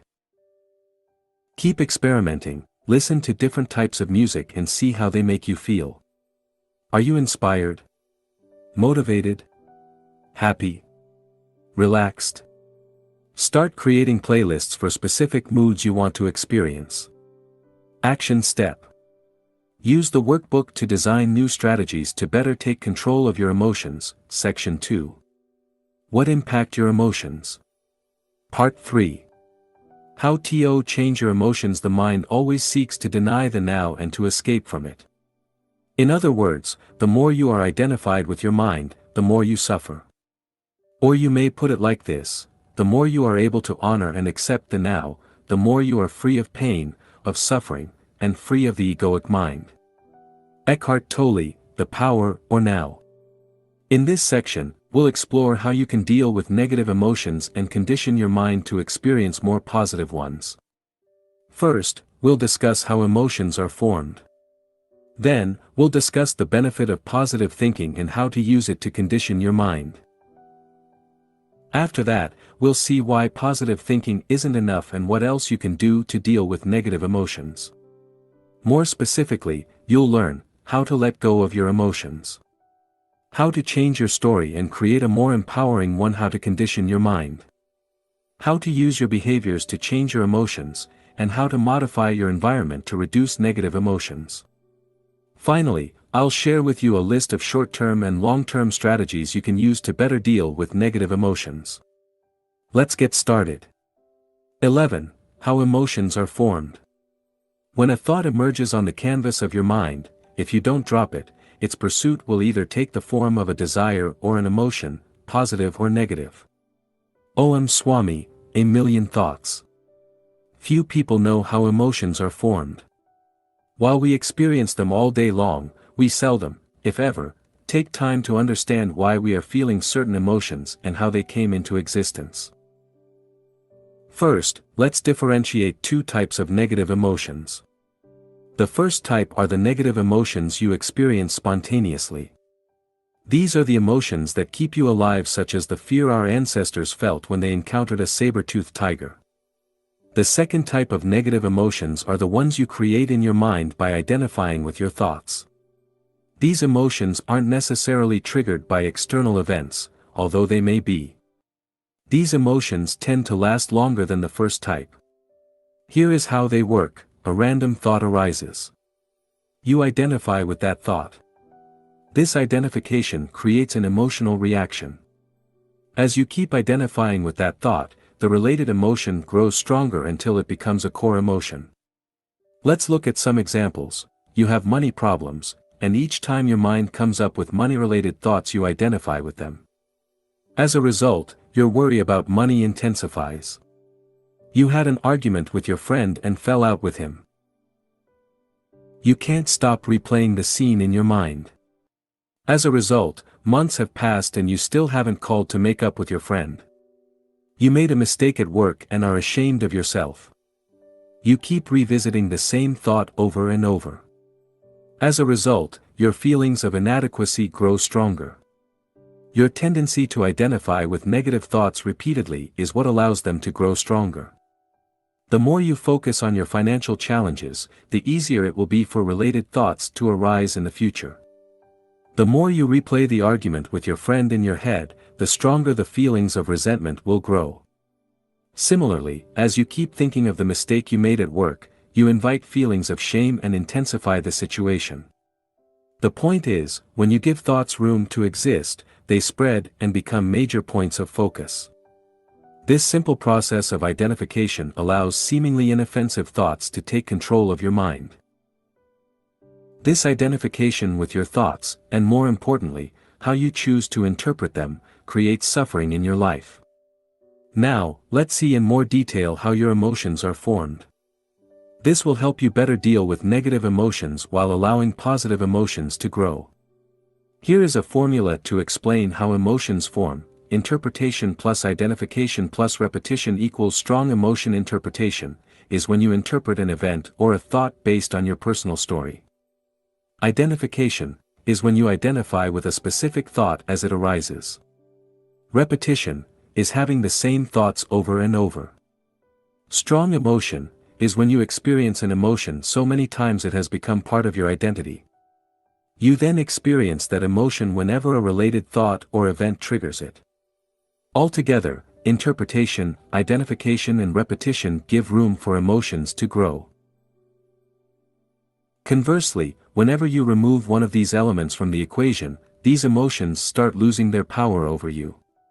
To sum up, for an emotion to grow in intensity and duration, you must first interpret an event or a thought, then, you must identify with that thought as it arises, finally, you must repeat the same thoughts again and again, and identify with it. Now, let's discuss in more depth each component of the formula. 1. Interpretation. Interpretation plus identification plus repetition equals strong emotion. Negative emotions always result from your interpretation of events. That's why two different people might react to the same event in different ways. One might be devastated, while the other might be unaffected. For instance, for a farmer rain could be a blessing, but for someone going on a picnic it would be seen as a curse. That's because of the meaning they give to the event. In short, for negative emotions to arise, you must add your interpretation to a specific event. The event in itself cannot trigger negative emotions without your consent. So, why do you keep experiencing negative emotions? I believe it's because reality fails to meet your expectations. You want reality to be one way, but it turns out to be another. You go on a picnic and want the weather to be good, but it rains. You want a promotion at work, but you don't get it. You want to make money with your side business, but it's not working. Your interpretation of reality creates suffering in your life. Reality in itself can never be upsetting. This is worth repeating. We'll discuss in depth how you can change your interpretation in the next section entitled, Changing Your Story. 2. Identification. Interpretation plus identification plus repetition equals strong emotion. Now, let's focus on the second part of the formula, identification. For an emotion to survive long-term, there must be a process of identification. Emotions cannot persist unless you give them your attention. The more you focus on your emotions, and identify with them, the more powerful they become. People often feel the urge to identify with their emotions and find themselves unable to disengage from them. They fail to realize one of the most important truths in this world: you are not your emotions. Your emotions will come and they will go. So, when you catch yourself saying, "I'm sad," remember you are incorrect. Nobody has ever been sad, because your emotions are not who you are. They can appear to be you, but they will soon disappear, like clouds in the sky. Think of yourself as the sun, and the sun is always there whether or not you perceive it, whether or not it's hidden by the cloud. You are not your emotions. You are not sad, you merely experience feelings that you may call sadness at a given point in time. This is an important point. I hope you can see the difference. Another way to see your emotions is as the clothes you wear. What emotional clothes are you wearing right now? Are they clothes of excitement? Depression? Sadness? Bear in mind, tomorrow, or a week from now, you will likely be wearing different clothes. How long you wear your clothes, your emotions, depends on how much you love them, i.e., how much you're attached to your emotions. An emotion in itself is powerless. What gives it power is your conscious or unconscious identification with it. That's why an emotion given no attention will eventually fade away. Try the following exercise: whenever you're angry, get busy with any activity requiring your full attention. You'll see your anger quickly dissipate. Conversely, keep dwelling on the feelings of anger, and you'll see it grow until it becomes one of your major emotional states. 3. Repetition. Interpretation plus identification plus repetition equals strong emotion. We've seen that the way you interpret an event or a thought determines how you feel. We also know that, as you identify with your thoughts or feelings, they become emotions. Now, if you keep repeating that process, you'll condition your mind to experience these specific emotions, positive or negative. For instance, if you focus your attention on what you believe your friend did to you, feelings of resentment will grow. As a result, you could hold a grudge for months. People often do this. They waste time holding on to negative emotions that serve no purpose just because they can't let go of them. Conversely, if you disengage from your thoughts of resentment and simply observe them, over time they will lose power and the associated resentment will fade away. In fact, if you had let go of the thought of resentment immediately after it arose, your feelings of resentment would have dissipated almost instantly. We'll see how you can let go of your emotion in the section, Letting Go of Your Emotions. Action Step. Resist negative emotions from the past using the workbook, Section 3. How to change your emotions. 1. How emotions are formed. Recall the last time you felt anger, sadness, frustration, fear, or depression.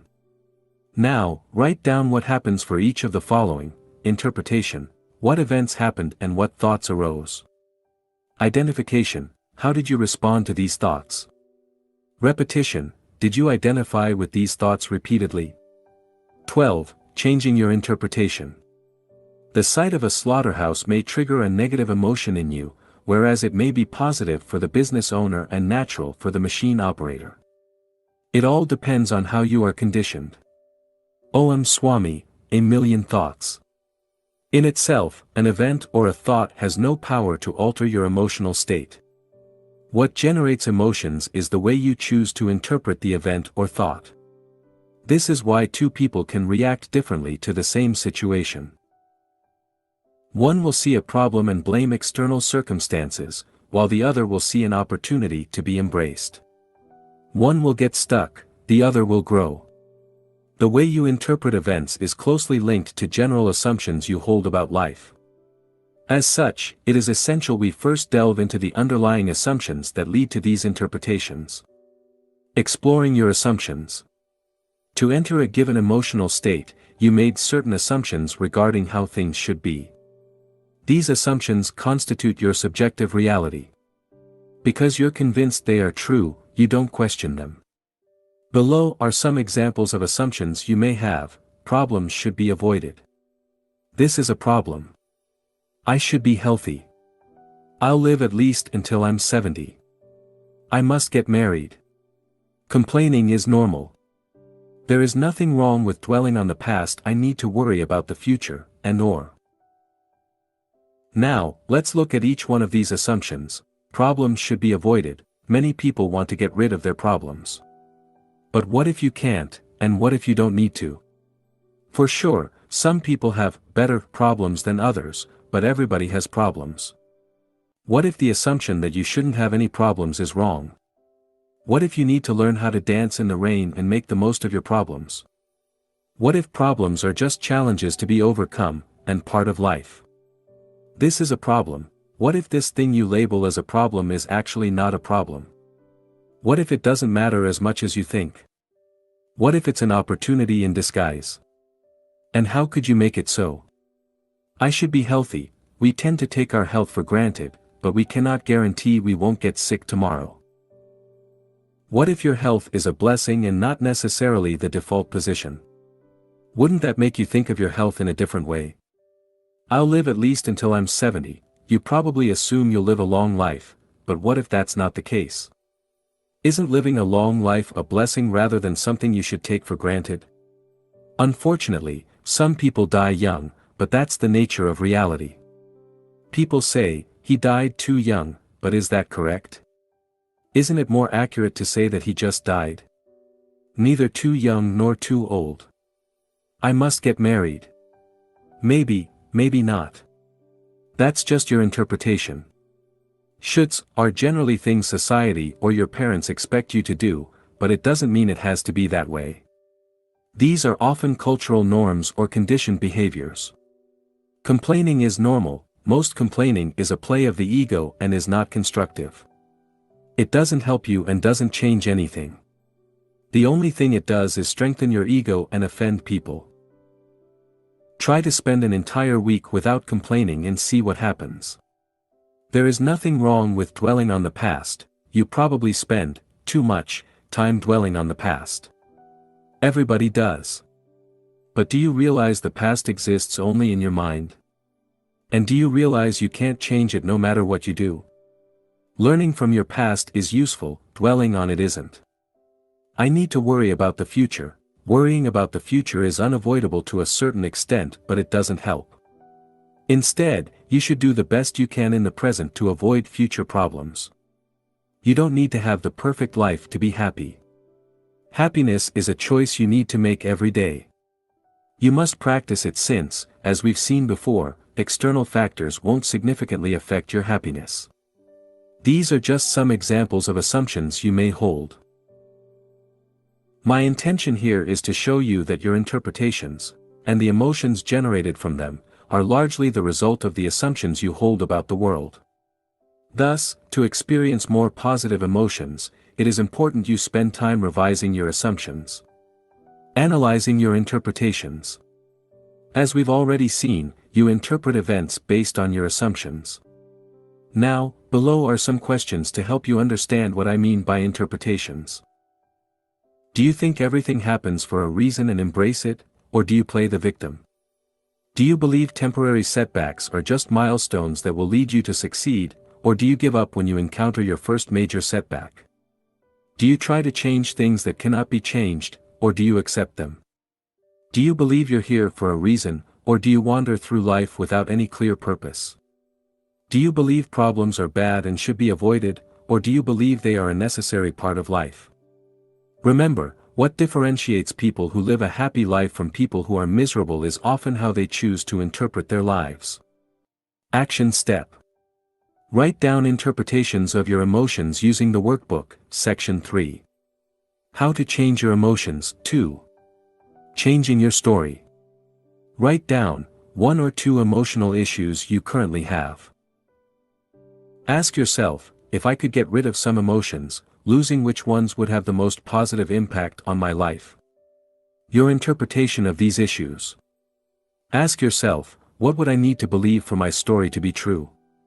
New empowering interpretations that will help you deal with these issues. Ask yourself, what do I need to believe to avoid experiencing these negative emotions? 13. Letting go of your emotions. Emotions are just emotions. They are not you, they are not facts, and you can let them go. Hale Dworkin, the Sedona Method. As we've seen, interpretation, identification and repetition can lead to the creation of strong emotions. In this section, we'll see what you can do to start letting go of emotions that aren't helping you achieve the life you want. Emotions are energy in motion, but what happens when you prevent the energy from moving? It accumulates. When you repress your emotions, you interrupt the natural flow of energy. Sadly, nobody taught you how to deal with your emotions, or even that both, positive and negative emotions, are a natural phenomenon. Instead, they told you that your negative emotions should be repressed because they are bad. As a result, you may have been repressing your emotions for years. By doing so, you let them sink deeper into your subconscious, allowing them to become part of your identity. They have often become patterns you may be unaware of. For instance, perhaps, you feel you aren't good enough. Or maybe you experience guilt on a regular basis. These are the results of core beliefs you developed over time by repressing your emotions. Most of us have too much emotional baggage and need to learn to let go of it. We need to declutter our subconscious and get rid of the negative emotions preventing us from enjoying life to the fullest. The fact is, your subconscious is already programmed to help you deal with life. Your subconscious ensures you don't accidentally forget to breathe, keeps your heart beating and regulates your body temperature among millions of other things. It doesn't need additional beliefs to function well. Neither does it need to store emotions. If you're like most people, you spend the majority of your time living in your head. As a result, you're largely out of touch with your emotions. To start letting go of your emotions, you must first become aware of them by becoming more in touch with your body and the way you feel. Below are a few simple steps you can take to start letting go of your emotions. 1. Observe your emotions with detachment. Whenever you experience a negative emotion, simply observe it with as much detachment as you can. That means getting in touch with your body. Realize that each thought or image crossing your mind isn't the emotion itself, it's only your interpretation of it. Practice feeling how it feels. Try to locate the emotion. Think of the way you would describe the emotion to someone else. Remember, don't engage in a story revolving around that emotion, and believe in whatever images or thoughts that arise when you experience that emotion. 2. Label your emotion. Remember, emotions are merely temporary experiences, or if you prefer, clothes you wear for a while. They aren't you. When you experience an emotion, you say things like, "I am angry," "I am sad," or "I am depressed." Notice how you instantly identify with your emotions. However, this is factually incorrect. The emotions you experience have nothing to do with who you really are. If you were your depression, you'll be depressed all day long every single second of your existence. Fortunately, that's not the case. Let's assume you feel sad. Rather than saying, "I'm sad," a more accurate way to describe that emotion would be, "I feel sad," or "I experience a feeling of sadness." Can you see how different it is from saying, "I'm sad"? It gives you more space to distance yourself from your emotions. The more you become aware of your emotions, the more you can label them and detach yourself from them, and the easier it will be to let go of these emotions. 3. Let go of your emotions. Too often, you over-identify with your emotions and cling to them for the following reasons: they're part of the story you're telling yourself. Sometimes, you can't stop clinging to a story, even a disempowering one. Yes, you can become addicted to destructive stories despite knowing they aren't helping you. You believe the emotions are you and feel a strong need to identify with them. You may fall into the trap of believing you are your emotions. As a result, you identify heavily with them, which creates suffering. Real-life example: I regularly felt that I wasn't good enough. As a result, I believed I should work harder. This belief led me to create lists of daily goals that were impossible to complete even when working from morning to night. I often fell short on my goals, which reinforced the belief that I wasn't good enough. By realizing this was just a story, I started letting go of this belief. After doing so, I noticed I was actually getting almost as much work done but without the need to struggle and feel stressed out. I'm still working on that issue, but I gained tremendous value from this process. The challenging part was to let go of the attachment to my story by letting go of the following: the belief that I'm not good enough and must work harder, the pride I feel from working harder than most people, the victim mentality that comes from working hard while not getting the results I want. The idea I'm somewhat special, the idea the world needs to be changed, and the need to control the outcome of my actions. As you can see, letting go of core emotions is not easy. They've become part of our identity, and we often derive a twisted pleasure from them. We may even wonder who we will be without them. 4. A 5-step process to let go of emotions. In his book, The Sedona Method, Hale Dwoskin explains there are 3 different ways to release your emotions as they arise. You can, 1. Let them go. When you experience negative emotions, you can consciously choose to release them rather than repressing them or clinging to them. 2. Allow them to be here. You can allow them by acknowledging their existence without clinging to them, or you can 3. Welcome them. You can accept them and have a closer look at them to discover what the core of these emotions are.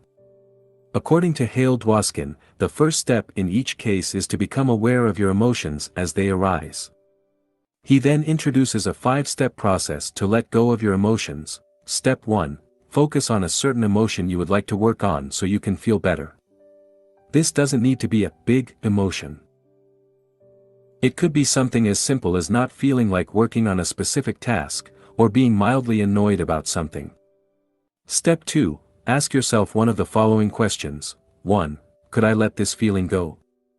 2. Could I allow this feeling to be here? 3. Could I welcome this feeling? Depending on which way you want to go, release, allow, or welcome, answer the corresponding question. Step 3. Then ask yourself, would I? 1. Would I let this feeling go? 2. Would I allow this feeling to be here? 3. Would I welcome this feeling? Answer yes or no to each question while being honest with yourself. Do you feel like you can let go/allow/welcome the emotion? Even a no will help you let go of it. Step 4. Ask yourself, when? Your answer will be, now. You let go of that emotion immediately. Step 5. Repeat this process as many times as necessary for that particular feeling to disappear. You may be tempted to brush off this technique as overly simplistic and ineffective. Don't do that. Try it for yourself. Remember that you are not your emotions. That's precisely by practicing letting go of them that you'll realize that universal truth. As you make a conscious choice to let go of your emotions, welcome them fully or allow them to be, you'll gain a whole new understanding of how emotions work and how to release them. Action step. Use the exercises in the corresponding section of the workbook to start letting go of your emotions. Section 3. How emotions are formed. 3. Letting go of your emotions. Make a list of all the emotions you would like to let go of. Perhaps you feel as though you aren't good enough. Perhaps you struggle with procrastination and experience guilt and shame. Maybe you blame yourself for something you did in the past, or you worry about your future. Just write down whatever comes to your mind. Now, use the method mentioned above. Select one emotion, then ask yourself, could I let this feeling go? Would I? Yes/no, when? Now, don't worry if you're not successful at first.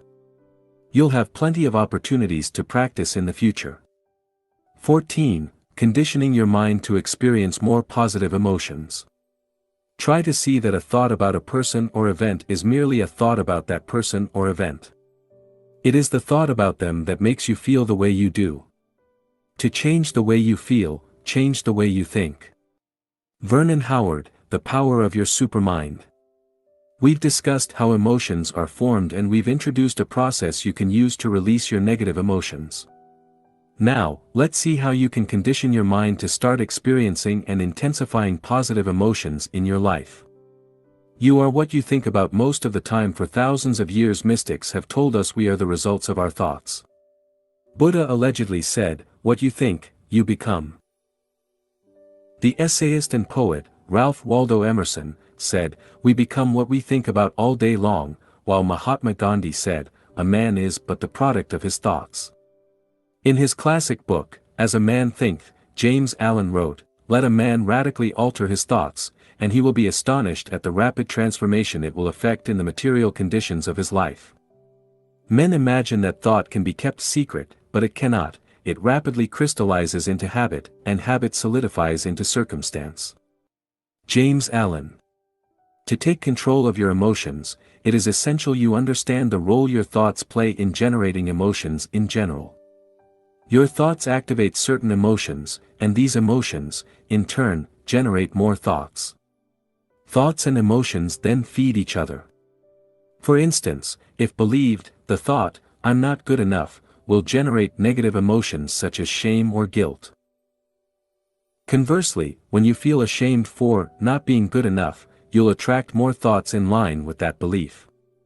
You will focus on the things you believe you aren't good at, or remember and dwell on past failures. This, in turn, will strengthen your erroneous belief. Thoughts generate emotions and emotions dictate your actions. If you feel you don't deserve a promotion, you won't ask for it. If you believe a man or woman is out of your league, you won't ask him or her out. In a nutshell, this is the way thoughts work. They generate emotions that dictate your actions and shape your reality. While this may not be obvious to you in the short term, in the long term, you'll realize your thoughts have a tremendous impact on your life. Thoughts and emotions determine your future. Humans possess a power no other living beings have, their imagination. We can use our thoughts to manifest things and turn the invisible into the visible. However, a thought in itself isn't enough to manifest things or circumstances. It must be fueled with an energy in the form of emotion, such as enthusiasm, excitement, passion, or happiness. For this reason, someone enthusiastic about his or her dream will achieve more than a pessimistic and unmotivated person.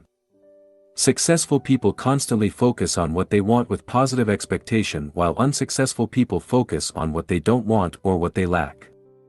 The latter are afraid of having a lack of money, talent, time, or any other resources they may need to achieve their goals. As a result, pessimists accomplish far less than they're capable of achieving. Thus, one of the most important skills you can master is your ability to control your thoughts and emotions. This entails understanding what your emotions are, how they work, and what purpose they serve. Later, we'll discuss how you can use your emotions as a tool for personal growth. Depositing positive thoughts in your mind. Confident people deposit positive thoughts in their mind each day. They celebrate their small wins and treat themselves with compassion and respect. Naturally, they expect good things to happen. On the other hand, people with low self-esteem bombard their mind with disempowering thoughts. They discard their accomplishments as no big deal and fail to recognize their strengths and the positive intent behind their actions. No wonder they feel unworthy. For more information, read section, Not Being Good Enough. Both use their thoughts to distort reality, but who do you think is better off? The person who deposits positive thoughts in their mind, or the person who dwells on negative thoughts? Does it mean positive thinking is going to solve all your problems and eliminate your negative emotions once and for all? Of course, not. Thought manipulation is simply one of the tools you can use to master your emotions. The limit of positive thinking. Repeating to yourself, I'm happy, I'm happy, I'm happy, all day long won't turn you into a living Buddha. You may benefit from it, but you'll still experience negative emotions. Unless you know how to deal with negative emotions when they appear, you'll fall prey to your own disempowering story. This story could be why you're such a loser. Interestingly, people are often addicted to their story, even the negative ones, and are unable to let go of the why, because they are fundamentally flawed, will never be happy because aren't worthy of love, are never going to make it, and will never get married, and so on. I can guarantee you are addicted to a story. Now we'll discuss how you can condition your mind to experience more positive emotions. After that, we'll see how you can deal with negative emotions as they arise. Choosing the emotions you want to experience to condition your mind. The first step is to decide what emotions you want to experience more of. Do you want to be happier? More motivated. More proactive. The second step is to put in place a specific program to allow you to experience your chosen emotions. The final step is to practice feeling that emotion every day. Feeling the same emotion over and over allows you to better access it. Neuroscience has shown that experiencing the same thought or emotion repeatedly strengthens the corresponding neural pathways, easing future access to that thought or emotion. Put it simply, the more you experience an emotion, the easier it becomes to generate. That's where daily conditioning comes into play. To condition your mind to experience positive emotions, you can use the method we introduced earlier: interpretation plus identification plus repetition equals strong emotion. Here is how to use the formula in this situation. Interpretation: visualizing certain events or generating particular thoughts you see as positive. Identification: identifying with these events or thoughts by feeling the way you want to feel. To do this, you can use all the techniques we mentioned in the section, What Impacts Your Emotions, such as positive affirmations and visualization. Repetition: keep repeating the same thoughts and identifying with them. By doing so, you allow your mind to access the related emotions more easily. Below are some examples of practices you can use based on how you want to feel. 1. Gratitude. To feel more grateful, make gratitude a daily routine. Every morning, focus on what you're grateful for. The more you practice, the better you'll be able to focus on the positive side of things. Sadly, most of us know we should be grateful, but we aren't. That's why we must cultivate gratitude. As the late Jim Rohn said, our emotions need to be as educated as our intellect. Here are some exercises you can use to cultivate a feeling of gratitude. A. Write down things you're grateful for. Take a pen and a piece of paper, or even better, a dedicated notebook, and write down at least 3 things for which you are grateful. This will help you focus on the positive side of things. B. Thank people who crossed your life. Close your eyes and think of people you've met. As you picture them one after the other, thank them while acknowledging at least one good thing they did for you. If you happen to picture people you don't like, thank them anyway and still look for one good thing they did for you. It could be making you stronger or teaching you a specific lesson. Don't try to control your thoughts, simply let the faces of people you know come to your mind. Release any resentment you feel or have felt. C. Focus on one object and appreciate its existence. Select one item in your room and think of the amount of work and number of people involved in the process of creating it and delivering it to you. For instance, if you select a chair, think of all the work necessary to create it. Some people had to design it, others had to find raw materials, and others had to assemble it. Truck drivers had to deliver it to the store. The store employees had to display it and promote it. You or someone else had to go and collect it. The car you drive also had to be built by other people, and so on. Think of how you benefit from this chair. Remember a time you were so tired you couldn't wait to sit. Didn't it feel great when you could finally sit? Thanks to the chair you can not only sit, but you can also use your computer, write, read, drink coffee, or have a pleasant conversation with your friends. D. Listening to gratitude songs/guided meditation. Listen to gratitude meditation. Search gratitude meditation on YouTube. 2. Excitement. Sometimes, you lose excitement. You feel as though you're running in circles trapped in the same old routine. To generate more excitement, spend a little time every morning visualizing all the things you want. Get excited about these things. Below are several ways to do it. Please note, this should be practiced on a regular basis. A. Write down what you want. Take a pen and piece of paper and write, "What I want," at the top of the page. Then, write down anything you can think of that excites you. B. Visualize what you want. Ask yourself, what do I really want, and visualize all the things you desire. Try to be as specific as possible. Clarity is power. Think of your ideal career, relationship or lifestyle, or any goals you want to accomplish in the coming decade or beyond. C. Create a goals/dreams journal. Buy a notebook and write down your goals in each area of your life.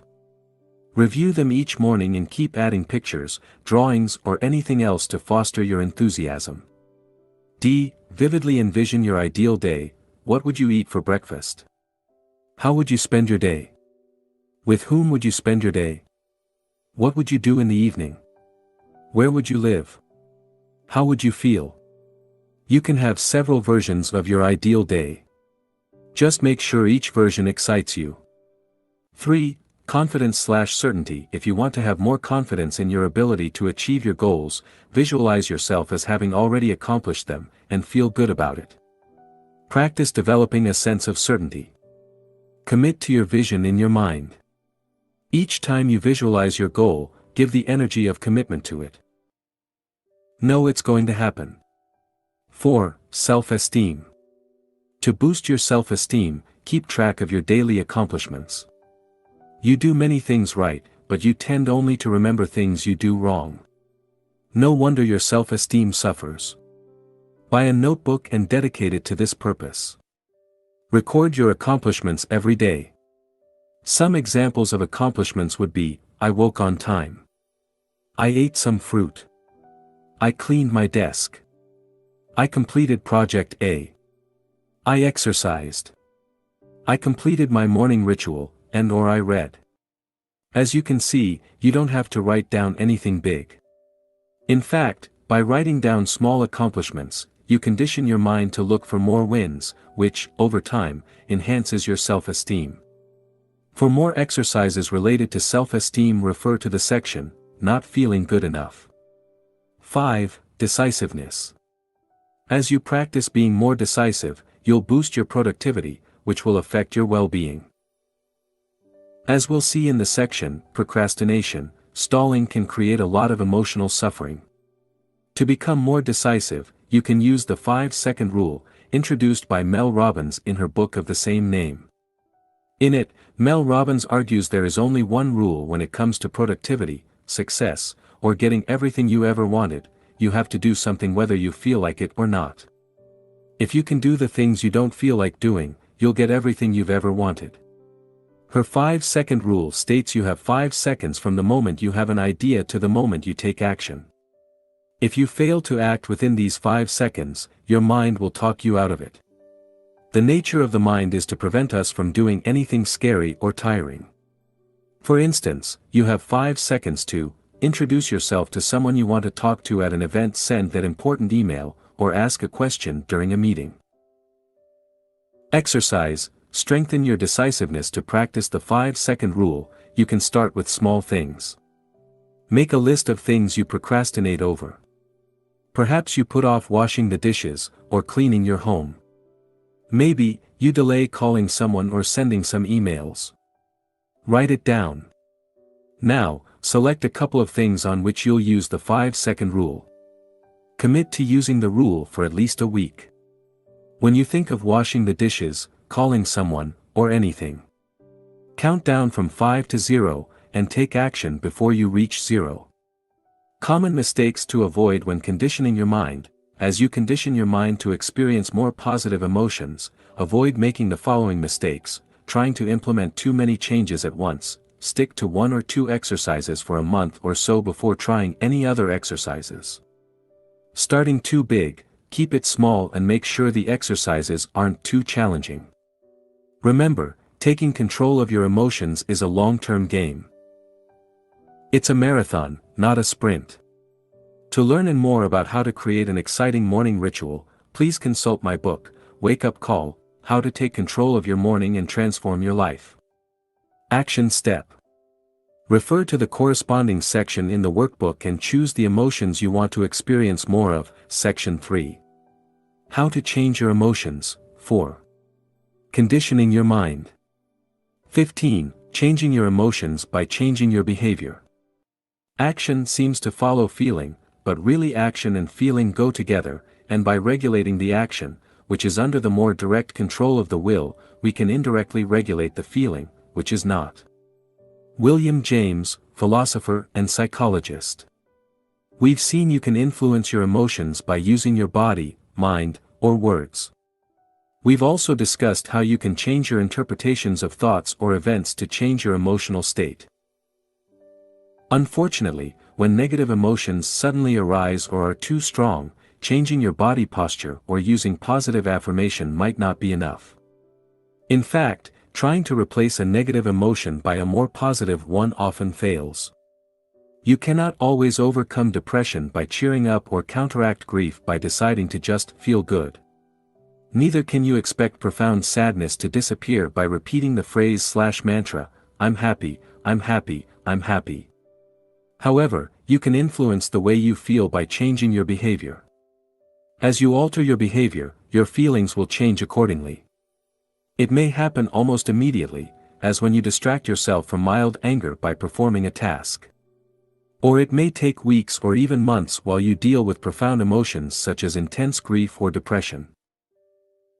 To start changing the way you feel, whenever you experience a negative emotion, ask yourself the following questions: what causes that emotion, and what can I do about my present reality? After asking these questions, identify concrete actions you could take to change your emotional state. Remember, by nature, emotions will fade as time passes. That is, unless you reinforce them by replaying the same situation over and over in your mind. Below are some real-world examples to help you better understand how it works. Example 1. If, after your boyfriend or girlfriend broke up with you, you keep remembering the good times you had together with sadness, it will take longer to get over the breakup. Although there is nothing wrong with feeling sad or remembering the past, if you want to move on, a better option is to avoid revisiting the past wherever possible. In this case, changing your behavior would be, do your best to stop revisiting the old memories. Example 2. If you constantly worry about an upcoming presentation at work, changing your behavior might be rehearsing your speech for hours. Doing this, you'll know the text so well you'll be able to perform well even under pressure. To give yourself an even better chance at success, you could also rehearse in front of your colleagues or friends. Example 3. If you've been resenting a particular friend for weeks because of something he said or did, changing your behavior might be having an honest talk with him and share your feelings. This will allow you to clear the air, clarify any misunderstandings, and avoid building up resentment. Oftentimes, we misinterpret events or see things that aren't there. Example 4. Sometimes, you feel sad, angry, or even depressed, and can't do anything about it. In this instance, the best you can do is to avoid focusing on your feelings, and just let them be. Your job here is to do what you have to do and live your life until these emotions fade. Don't forget to practice letting go of negative emotions as they arise. As you learn to detach yourself from the negative emotions, it will help prevent them from growing and becoming more entrenched. Action step using the workbook. Let's do an exercise using an example from your life. Section 3. How to change your emotions. 5. Changing your emotions by changing your behaviors. Remember the last time you experienced a negative emotion that lasted more than a couple of days. Now, think of what you did specifically to overcome this negative emotion, if anything. Then, ask yourself, how could I have changed my behavior to influence my emotions positively? 16. Changing your emotions by changing your environment. You cannot always control your emotions. Certain events, such as a breakup, the loss of a loved one, or a severe disease, can trigger negative emotions. However, you do have control over some events. Do you have daily life situations that affect your peace of mind? What if you could do something about them? Sometimes, to reduce negative emotions you simply need to avoid putting yourself in the situations generating them in the first place. Perhaps, you watch too much TV, which makes you miserable. Or maybe, seeing your friends, seemingly, happy on Facebook makes you feel like a failure. Why not spend less time in such situations? Real-life example, Facebook was making me unhappy and I felt like a failure. People in my field were killing it and my friends looked so happy, or so I thought. Not to mention the fact I was wasting hours of my time mindlessly scrolling through my news feed. To overcome this drain on my emotional bank, I drastically reduced the time I spent on Facebook. Ever since making the decision, I've been feeling better. This example shows you that small changes can enhance your well-being. If you look at the things you do daily, you'll find activities or behaviors that don't support your happiness. Just removing one or two of these activities, or changing some of your behaviors, may noticeably improve your mood. You may already know what you should do, but it's also possible you're unaware of the cost of some of your behaviors on your well-being. Below, I've listed some examples of activities or behaviors that may rob you of your happiness. Ask yourself whether they're contributing to your overall sense of well-being. Watching TV. Although watching TV can be fun, it's also a passive activity which may not contribute much to your happiness. Spending time on social media. Social media is convenient and it allows you to keep in touch with your friends, but it can also be addictive. Facebook or Twitter can turn you into an addict craving the approval of others. Hanging out with negative people. People you hang out with have a tremendous influence on your emotional state. Positive people will lift you up and help you achieve your wildest dreams. Negative people will suck up your energy, demotivate you and destroy your potential. As Jim Rohn said, you are the average of the 5 people you spend the most time with. Make sure you surround yourself with the right people. Complaining and focusing on the negative. Do you constantly see the negative side of things? Do you dwell on the past? If so, how does this affect your level of happiness? Not finishing what you start, leaving tasks and projects unfinished in your personal and professional life can have a detrimental effect on your mood. Unfinished business clutters your mind. Feeling overwhelmed or demotivated is a sign you may have too many open loops in your life. Examples of open loops are unfinished projects you've been procrastinating over, or avoiding people you need to talk to. These are just a few examples. What about you? What activities or behaviors rob you of your happiness? Action step. Design a more empowering environment by completing the corresponding exercises in the workbook, Section 3. How to change your emotions, changing your environment. Use the free workbook or take a pen and paper, and write down any activities you believe may negatively impact on your emotions. Then, for each activity, write down the consequence, e.g. they make you feel guilty, they demotivate you, they erode your self-esteem, etc. 17. Short-term and long-term solutions to deal with negative emotions. No other life form on the planet knows negativity, only humans, just as no other life form violates and poisons the earth that sustains it. Have you ever seen an unhappy flower or a stressed oak tree? Have you come across a depressed dolphin, a frog that has a problem with self-esteem, a cat that cannot relax, or a bird that carries hatred and resentment? The only animals that may occasionally experience something akin to negativity or show signs of neurotic behavior are those that live in close contact with humans and so link into the human mind and its insanity. Eckhart Tolle, The Power of Now. In this section, I will provide you with a list of exercises or techniques you can use to better deal with negative emotions. No matter how much control you have over your mind, you'll still experience a whole bunch of negative emotions in the future, from mild frustration to depression. You'd better be prepared. I've listed below some things you can do to deal with negative emotions and have included both long-term and short-term solutions. 1. Short-term solutions. The following techniques will help you manage negative emotions as they arise. Try them out, and keep the ones that work for you. A. Change your emotional state. Distract yourself. An emotion is only as strong as you allow it to be.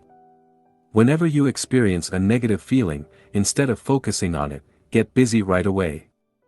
If you're angry about something, cross something off your to-do list.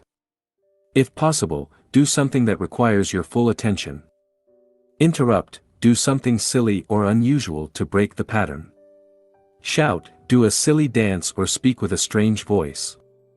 Move, stand up, go for a walk, do push-ups, dance, or use a power posture. By changing your physiology, you can change the way you feel. Listen to music. Listening to your favorite music may shift your emotional state. Shout, talk to yourself with a loud and authoritarian voice and give yourself a pep talk. Use your voice and words to change your emotions.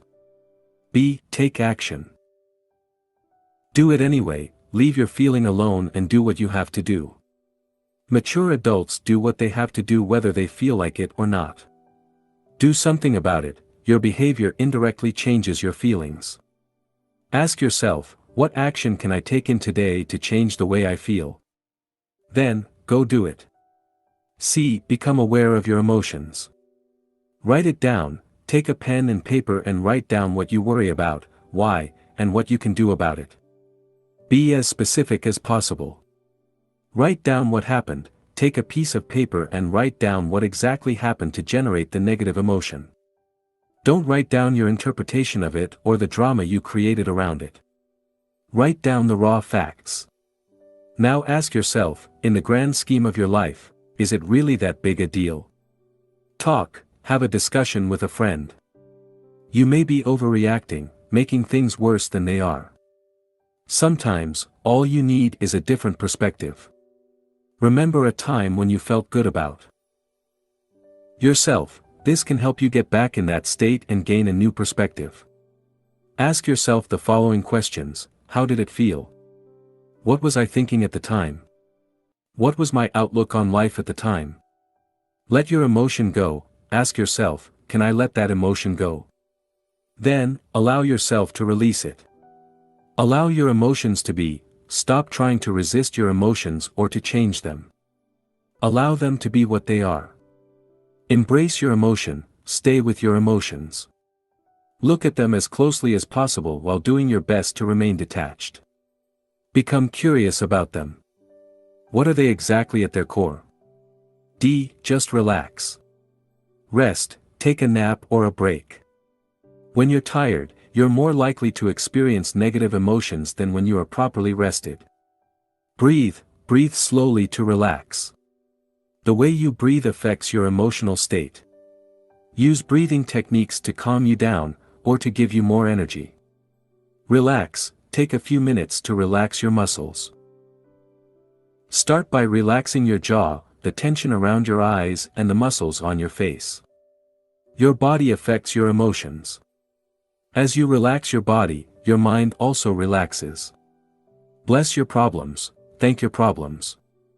Understand they are here for a reason and will serve you in some way. 2. Long-term solutions. The following techniques will help you manage your negative emotions long-term. A. Analyze your negative emotions. Identify the story behind your emotions. Take a pen and paper, and write down all the reasons why you have these emotions in the first place. What assumptions do you hold? How did you interpret what's happening to you? Now, see if you can let go of this particular story. Write down your emotions in a journal. Take a few minutes each day to write down how you felt. Look for recurrent patterns. Then, use affirmations, visualization, or a relevant exercise to help you overcome these emotions. Practice mindfulness, observe your emotions throughout the day. Meditation will help you do this. Another way is simply to engage in an activity while being fully present. As you're doing this, observe what's going on in your mind. B. Move away from negativity. Change environment. If you're surrounded by negativity, change your environment.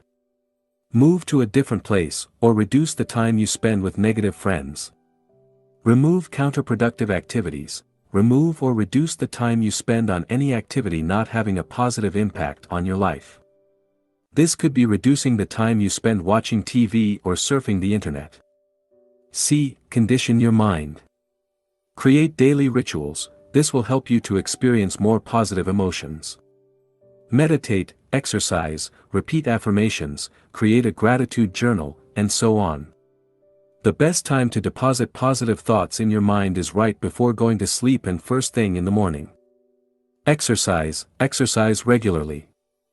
Exercise improves your mood and is good for your emotional and physical health. D. Increase your energy. The less energy you have, the more likely you are to experience negative emotions. Improve your sleep. Make sure you get enough sleep. If possible, go to bed and wake up at the same time every day. Eat healthier food. As the saying goes, you are what you eat. Junk food will negatively impact your energy levels, so take steps to improve your diet. Rest, take regular naps, or take a few minutes to relax. Breathe, learn to breathe properly. Ask for help. Consult a professional. If you have deep emotional issues such as extreme low self-esteem or depression, it might be wise to consult a professional. Action step. Write down one short-term and one long-term technique you want to use. Ask yourself, among the items on the list, what is the one technique that will best help me deal with negative emotions? Section 3. How to change your emotions, short-term solutions/long-term solutions. Part 4. How to use your emotions to grow. I suggest to you that every situation, every moment, provides the opportunity for self-growth and development of your character. Reality keeps bringing us circumstances. Sometimes I picture them as waves breaking on the shore, and we have the chance to keep merging with that reality to fit ourselves to it, to dive into those waves. David K. Reynolds, author of Constructive Living. We've seen what emotions are, how they are formed, and how you can reprogram your mind to experience more positive emotions. Now, let's see how you can use your emotions as a tool for personal growth. Most people underestimate how useful emotions can be. They never truly realize they can use their emotions to grow. Think of it this way. Your emotions send you a message. They tell you that your current interpretation of reality is biased. The problem is never reality, but the way you interpret it. Never forget, you have the power to find meaning and joy even in the worst situations. For instance, Alice Sommer had every reason in the world to feel hopeless. She was imprisoned in a concentration camp during World War II and didn't know how long she had left to live. She, nevertheless, found joy. As she recalls, I was always laughing. We were lying on the floor with my son, and he saw me laughing. How can a child not laugh when the mother laughs? Alice Sommer. Nick Vujicic believed he would never be happy. After all, he was born with no arms or legs. As he said in one of the lectures he gave at a school, "What kind of husband am I gonna be if I can't even hold my wife's hand?" Nick Vujicic. Under these circumstances, nobody would have blamed him if he had remained bitter all his life. However, he overcame his challenges, and today, in addition to being a successful motivational speaker, he's a happy husband and father of 2. These 2 examples show us we can overcome even the most challenging situations. They show us negative emotions don't last forever. Challenging times in our life are often the events that allow us to grow as human beings. Even a complete nervous breakdown can serve as a wake-up call for people. In this section, you'll learn how emotions work and how you can use them to grow, while simultaneously reducing the emotional suffering they create. 18. How emotions can guide you in the right direction. Emotions come and go and, ultimately, can't define you. But it doesn't mean they don't have a role to play.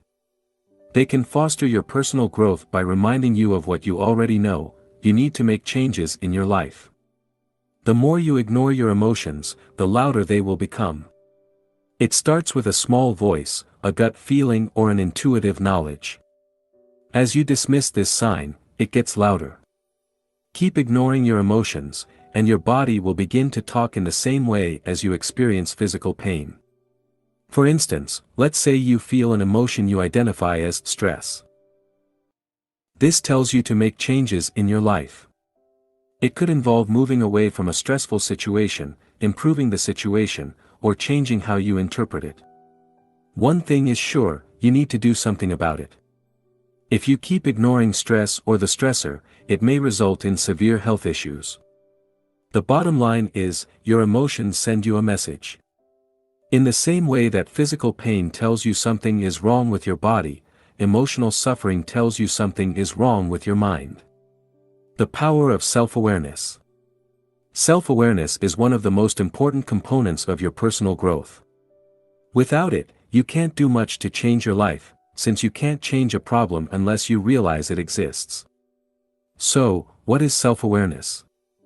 Self-awareness is your ability to observe objectively your thoughts, emotions, and behaviors without adding your own interpretation or story to it. Above or below the line. In the 15 Commitments of Conscious Leadership, Jim Dethmer and Diana Chapman introduced a very simple yet powerful model to help increase self-awareness. This model is extremely simple, a single line. The authors argue that, at any time, you're either above or below the line. When you're above the line, you're open, curious and willing to learn, but when you're below the line, you want to be correct and, as a result, you tend to be defensive and closed to new ideas. Put it simply, when you're above the line you're conscious, when you're below the line you're unconscious. Whether you are above or below the line depends on your emotional state. When you sense a threat to your physical survival or to your ego, you fall below the line and try to protect yourself in order for you, or your ego, to survive. Conversely, when you operate above the line, you're in a positive state of mind. Your creativity, innovation, and collaboration are at their best, resulting in enhanced performance.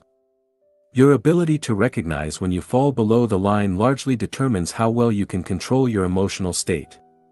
You can't change an emotion if you don't notice its presence. This is what being aware or conscious means. Below are some examples of above the line and below the line behaviors. Above the line, you are curious, listening, consciously feeling emotions, discussing without being argumentative, appreciating, taking responsibility, and questioning your beliefs. Below the line, you are clinging to an opinion, finding fault, arguing, rationalizing and justifying, gossiping, enrolling others to affirm your beliefs, and attacking the messenger. Fear versus love. Another simple model you can use is the fear versus love model. Throughout your day, you either act out of fear or out of love. You act out of fear and your focus is on getting something, be it other people's approval or attention, money or power. On the other hand, when you act out of love, your main focus is on giving, be it your time, money, love, or attention. You want to share and improve the lives of people around you, not for your own interest, but simply for the sake of it. While your actions can simultaneously reflect your desire to give and to receive, one or other of these components is generally more pronounced. To master your emotions, you must learn to identify whether you're acting out of love or fear. For instance, look at one of your major life goals. Is it a fear-based goal or a love-based goal? Are you trying to give and contribute to the world, or are you trying to take from it? For instance, let's say you want to become an actor.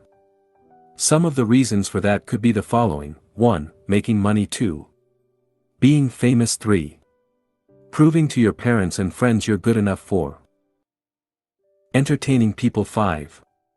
Expressing yourself. The first 3 examples are usually fear-based behaviors. You want to fill a void within yourself and demonstrate how good you are. The final 2 examples are love-based behaviors that stress a desire to express your gift to the world. As we discuss in greater depth how different emotions work, keep in mind these 2 models, above/below the line in fear-based versus love-based actions. Note that throughout your day you often alternate between love-based behaviors and fear-based behaviors. For instance, you may be absorbed by a task that helps people and make you feel complete. In this moment, you don't need anything. 5 minutes later you may imagine how proud your father will be once you finally earn a promotion. In this moment, you're no longer feeling complete. Instead, you are trying to get something, in this situation, your father's approval. Start noticing the underlying motivations behind your actions. As you do so, you'll begin to realize you spend a considerable amount of time trying to earn other people's approval, whether they be your colleague, your boss, your parents, or your partner. Notice this, and ask yourself what you can do to move from wanting to get to wanting to give. Now, with these 2 models in mind, let's see how you can bring more awareness to the emotions you experience in your day-to-day life. 19. Recording your emotions. The first step to improve the way you feel is to become more aware of the emotions you experience on a regular basis. Before you can generate more positive emotions, you must first determine your starting point. To shed a light on the emotions you're experiencing in your daily life, I invite you to record your emotions for an entire week. Use a notebook or the downloadable worksheet to do so. Spend a couple of minutes each day to record how you feel and rate yourself on a scale of 1 to 10, 1 being the worst you can feel, and 10 being the best you can feel. At the end of the week, give yourself an overall score and answer the following questions. What negative emotions did you experience? What caused these emotions? What are the hard facts? Did you have specific thoughts that lead you to feel that way? Did external events trigger these negative emotions? Did you lack sleep? Did you become ill? Were you in an accident? What really happened? Not in your mind. But in the physical world, what was your interpretation of the facts? What would you need to believe to feel that way? Are your beliefs accurate? Could you have felt better by interpreting thoughts or events differently? How did you return to your neutral state? What happened exactly? Did you change your thoughts? Did you take action on things you were avoiding doing? Did it just happen naturally? What could you have done to avoid or reduce these negative emotions? Concrete example, let's say you record your emotions for a week and notice that you were mildly depressed for a couple of days. Here is what it could look like. What caused this emotion?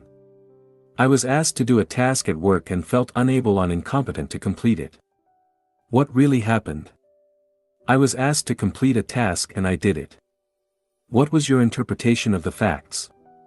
I felt like I was incompetent and everybody in the office but me could do the task. I felt as though I should have been able to do the task well. I felt as though everybody was judging me. What would you need to believe to feel that way? I would need to believe, I am incompetent. Being incompetent is unacceptable. I should have been able to do that task. Everyone is judging me. Are your beliefs true? Are you really incompetent?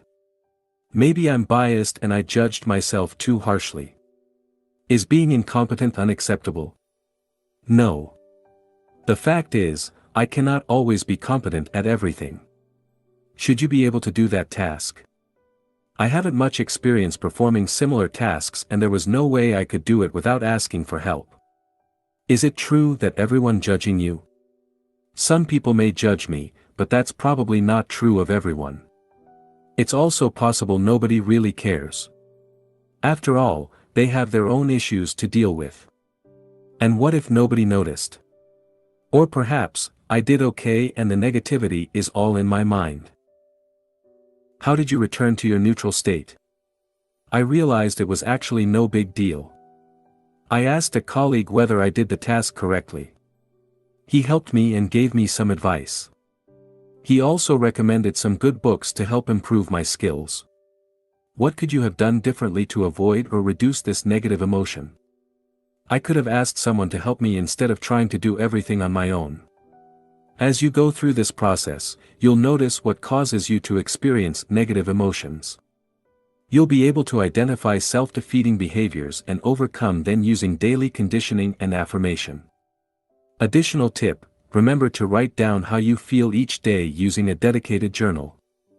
This will help you detach yourself from your emotions as you realize ups and downs are a normal part of living. Action step. Record your emotions using the workbook, section 4. How to use your emotions to grow, record your emotions. 20. Not being good enough. When I won the Oscar, I thought it was a fluke. I thought everybody would find out, and they'd take it back. They'd come to my house, knocking on the door, "Excuse me, we meant to give that to someone else." That was going to Meryl Streep. Jodie Foster. You think, why would anyone want to see me again in a movie? And I don't know how to act anyway, so why am I doing this? Meryl Streep, do you feel as though you aren't good enough? Guess what? You're not the only one. The other day I wrote the following to a fellow blogger: there are a lot of topics I could write about but there are already so many books out there. Sometimes, I'm like, what's the point? He replied, I know the feeling of, what's the point? Everything worth saying has already been said.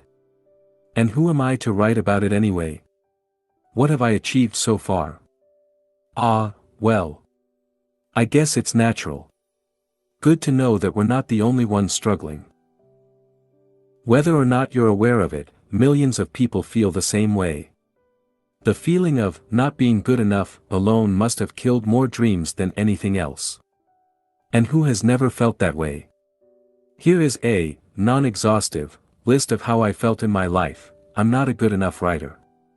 I'm not charismatic enough, I'm not competent enough, I'm not confident enough, I'm not courageous enough, I'm not disciplined enough, I'm not good enough at public speaking, I'm not handsome enough, I'm not inspiring enough, I'm not interesting enough, I'm not making enough money, I'm not muscular enough, I'm not patient enough, I'm not perseverant enough, I'm not proactive enough, I'm not productive enough, I'm not smart enough, I'm not taking enough action, I'm not tough enough, I'm not working hard enough, my English isn't good enough, my Japanese isn't good enough, and my memory isn't good enough. And I could go on. People who feel they aren't good enough tend to have low self-esteem. They focus on what they aren't good at while filtering out all the things they are good at. Try complimenting them and all you'll hear is, "It's no big deal." Worse, they may even think you're being polite, or trying to manipulate them. These people have a hard time accepting compliments. Instead of a simple thank you, they return the compliment, or downplay their role. Perhaps, you're acting the same way. See if you do one of the following things when receiving a compliment. 1. Dismiss the whole thing as being no big deal, anybody could have done it. 2. Talk about all the things you did wrong while explaining what you could have done better. 3. Try to return the compliment, "Thank you. I think you did a fantastic job, too." Notice your inability to accept a compliment 100% in the 3 cases above. You may not only brush off your accomplishments, but also magnify every single of your failure to reinforce the case you aren't worthy. You keep a long list of your failures, unwilling to let go of them as they fit your story. Who would you be if you were no longer the man or woman who's never good enough? As strange as it may seem, there's something scary about that. At least, the certainty of not being good enough gives you some comfort. Imagine what would happen if you released the hold you have on your story, try something you've always wanted to do, and fail. What you suspected for a long time would become true: you aren't good enough. Or worse, what would happen if you were to succeed? How would that fit into your story? Remember, your brain is biased towards negativity. Adding your own bias will certainly not help you feel good about yourself. The fact is, you do most things well. Although a lack of experience, interest, or talent may explain why you aren't doing as well as you would like to in certain areas, it has nothing to do with you not being good enough. How to use the feeling of not being good enough to grow. Not feeling good enough is a sign of low self-esteem. Many people experience low self-esteem in various degrees. I certainly do. For some, every single thing they do is insufficient. For others, they feel inadequate only in certain situations or areas of their life. Wherever you are on the self-esteem spectrum, you can probably benefit from a boost in your self-esteem. Identifying what triggers your feelings of inadequacy. The first step is to find out what triggers these feelings. What thoughts are you identifying with? Which areas of your life are concerned? Take a few minutes to write down the following: the situations in which you feel like you aren't good enough, and the thoughts you identify with, your story. Keeping track of your accomplishments. The second step is to keep track of your accomplishments. Not feeling good enough often results from the biased view you hold about yourself. You focus on your shortcomings, failing to acknowledge your successes. People with healthy self-esteem tend to look at themselves in a more objective way, acknowledging both their shortcomings and their strengths. To improve your self-esteem, start acknowledging all the things you're doing well. The following exercises will help you do that. Exercise 1: Create a win log. One of the best ways to acknowledge your accomplishments is to write them down. For this exercise, I encourage you to use your dedicated notebook. 1. First, write down everything you've accomplished in your life. Come up with a list of 50 things. If you run out of things, write smaller accomplishments. This will help you realize how much you've already accomplished. 2. At the end of each day, write down all the things you've accomplished that day. It can be simple things such as, I woke up on time, I exercised, and I ate a healthy breakfast. Try to come up with 5 to 10 things each day. Exercise 2. Fill up your self-esteem jar. An alternative is to write down each thing you've accomplished on separate pieces of paper and put them into a jar. Here are a few recommendations to ensure you make the most out of this exercise. Make sure your jar, or any other container you use, is in a visible location. The best location is probably on your desk, the second best location is your bedroom. Select a container you like. Choose a design you're fond of. It's all about your self-esteem, so anything that makes you feel good is advisable. Make sure it is transparent so that you can see it filling up. Give it a positive name, e.g. my self-esteem jar, declaration of love to myself, etc. Write your accomplishment on a paper you love. For instance, use different colors so that when the jar fills up, it creates something pleasant to the eye. One idea would be to use origami paper. Write with your favorite pen.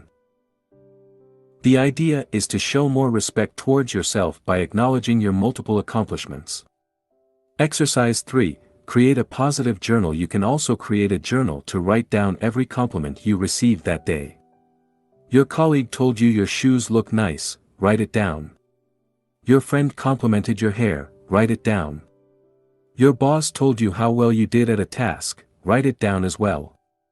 Don't question the sincerity of these compliments. Always assume they are genuine. The idea is to train your mind to focus on the positive things that happen in your life. They are happening whether or not you acknowledge them. Here is how to make the most of that exercise. Buy a notebook you like. Personalize it, add stickers, draw something, add pictures, or use different colors. Don't want to do any of this stuff? That's fine as well. It's your journal. Keep it with you, carry it with you, and look for new compliments to add to your amazing collection, optional. Review it every day, go through old entries and mentally thank people who complimented you. You can say, thank you, I love you. Feel free to read the old entries in the morning, in the evening, or both, or whenever you feel like it. It's up to you. Again, this is your journal. These are just suggestions. Whatever works for you. Learning to accept compliments. Chances are you have difficulties accepting compliments. Do the following sentences look familiar? It's never a big deal. Everybody could have done it. It's because so and so helped you. I could have done it better. Here is a great reason why you should accept compliments, because the person who made the compliment wants you to receive it, not to flush it down the toilets. Imagine you just gave a gift to someone. How would you feel if that person, after opening the box, dropped the gift to the floor, stepped on it and threw it away? You won't like it, would you? Sadly, that's what we often do when we receive a compliment. When we refuse to accept a compliment, we are disrespecting the person who went out of their way to deliver it. Wouldn't you want your compliment to be accepted wholeheartedly? Exercise 1. Accept compliments. This simple exercise will help you accept a compliment. Whenever someone compliments you, say the following: thank you. That's it. There is nothing simpler. No, thank you, but, thank you, you too, or, it wasn't a big deal. Simply say, thank you. Here is how to make the most of that exercise. Say thank you out loud and clearly. You may discover you have the tendency to repress your feelings and end up saying thank you almost mechanically. In fact, you may realize you've never really said, thank you, with all your heart. Let it sink in. Before you start a new sentence, give space for the feeling of gratitude to express itself. Don't downplay the compliment or explain why you're worthy, or unworthy, of it. Tell it the way you feel it. Show your appreciation by telling the person who complimented you how you feel. You may experience resistance. Many of us have difficulties expressing gratitude, because our pride prevents us from doing so. After all, we're strong and don't need anybody's help or compliments, do we? We don't want to feel vulnerable. If you experience resistance and find the exercise difficult, recognize this is normal. Your ability to accept a compliment can be a good indicator of your level of self-esteem. Practice accepting compliments and allow yourself to feel vulnerable. Accepting you're worthy of compliments will help you boost your self-esteem. Exercise 2, the appreciation game. The purpose of this game is to learn to appreciate things in yourself you didn't previously acknowledge, or like. It will work well if you have a partner you can play the game with on a regular basis. Tell your partner 3 things you appreciate in them and ask them to do the same. Be as specific as possible and don't worry about coming up with big things. Here are some examples. I appreciate that you prepared breakfast this morning even though you were in a rush. I appreciate that you picked up the kids today. I appreciate the way you always listen to my problems after work. To go further, self-esteem is a complex topic. It affects a lot of people and is often misunderstood. Overcoming low self-esteem takes time and effort. If you regularly feel you aren't good enough, I encourage you to refer to the following books. If, upon reading these books, you realize you have severe and chronic self-esteem issues, you may want to consult a specialist. The 6 Pillars of Self-Esteem, by Nathaniel Branden, Ph.D. Breaking the Chain of Low Self-Esteem, by Marilyn Sorensen, Ph.D. Low Self-Esteem, Misunderstood and Diagnosed, Why You May Not Find the Help You Need, by Marilyn Sorensen, Ph.D. Below is a brief summary of some of the main ideas in each book. In his book, The 6 Pillars of Self-Esteem, Nathaniel Branden identified 6 practices, or pillars, of self-esteem you can work on to develop a healthier self-esteem. 1. Living consciously. In Nathaniel Branden's words, to live consciously means to seek to be aware of everything that bears on our actions, purposes, value, and goals, to the best of our ability, whatever that ability may be, and to behave in accordance with that which we see and know. 2. Self-acceptance, is choosing to value yourself, to treat yourself with respect and to stand up for your right to exist. Self-acceptance is the basis upon which self-esteem develops. 3. Self-responsibility, is realizing no one is coming to save you and you are responsible for your life. It is accepting that you are responsible for your choices and actions. You are responsible for how you use your time, and for your happiness. Because only you can change your life. 4. Self-assertiveness, means honoring your wants, needs, and values and seeking appropriate forms of their expression in reality. 5. Living purposefully, is to use your powers to achieve the goals you have selected. In other words, it's your ability to set and achieve goals in every area of your life. 6. Personal integrity, is behaving in a way that matches your ideals, convictions, and beliefs. It's when you can look at yourself in the mirror and know you're doing the right thing. In Breaking the Chain of Low Self-Esteem, Marilyn Sorensen provides a great overview of what self-esteem is and how it works.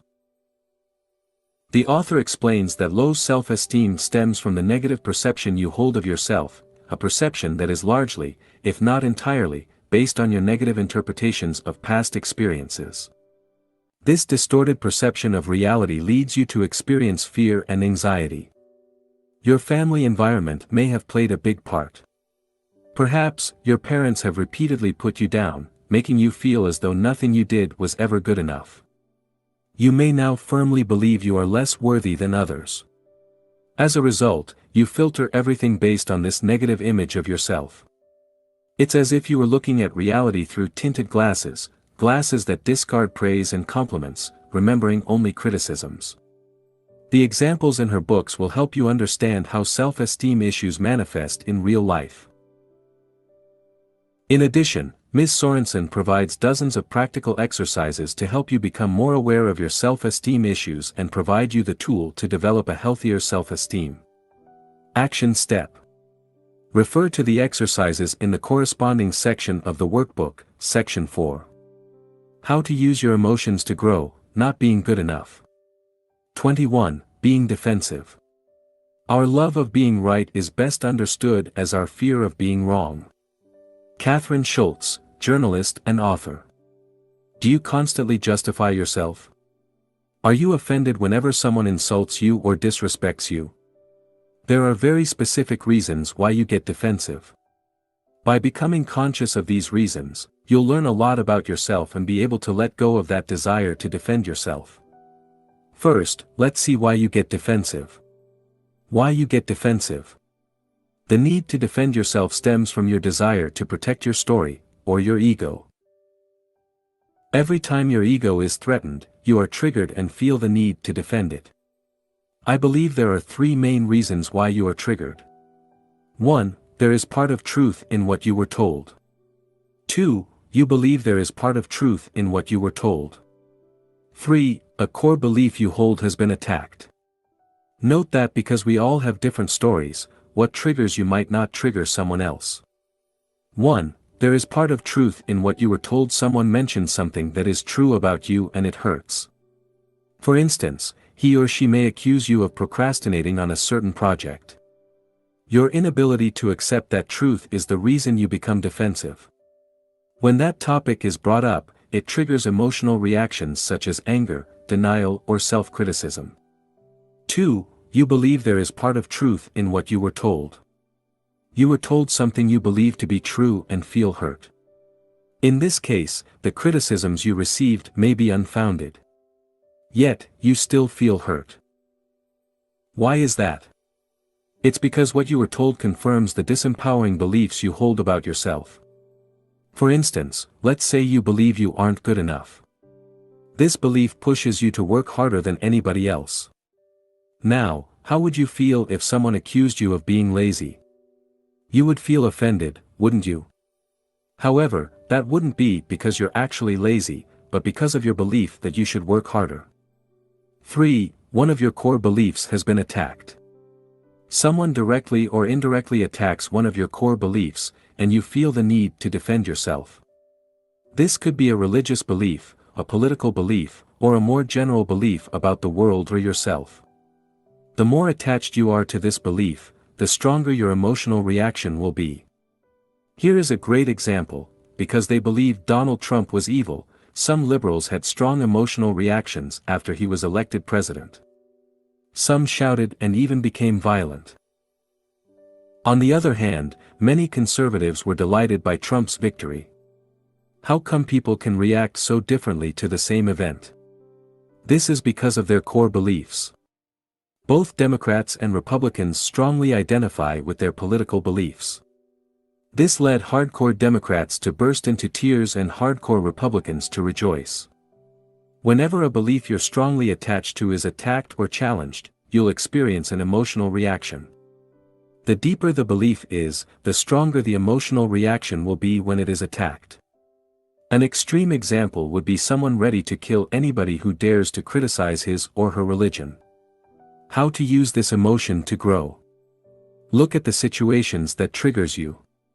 Whenever you feel offended, ask yourself why. What belief led you to defend yourself? Can you let go of this belief? And is this belief really true?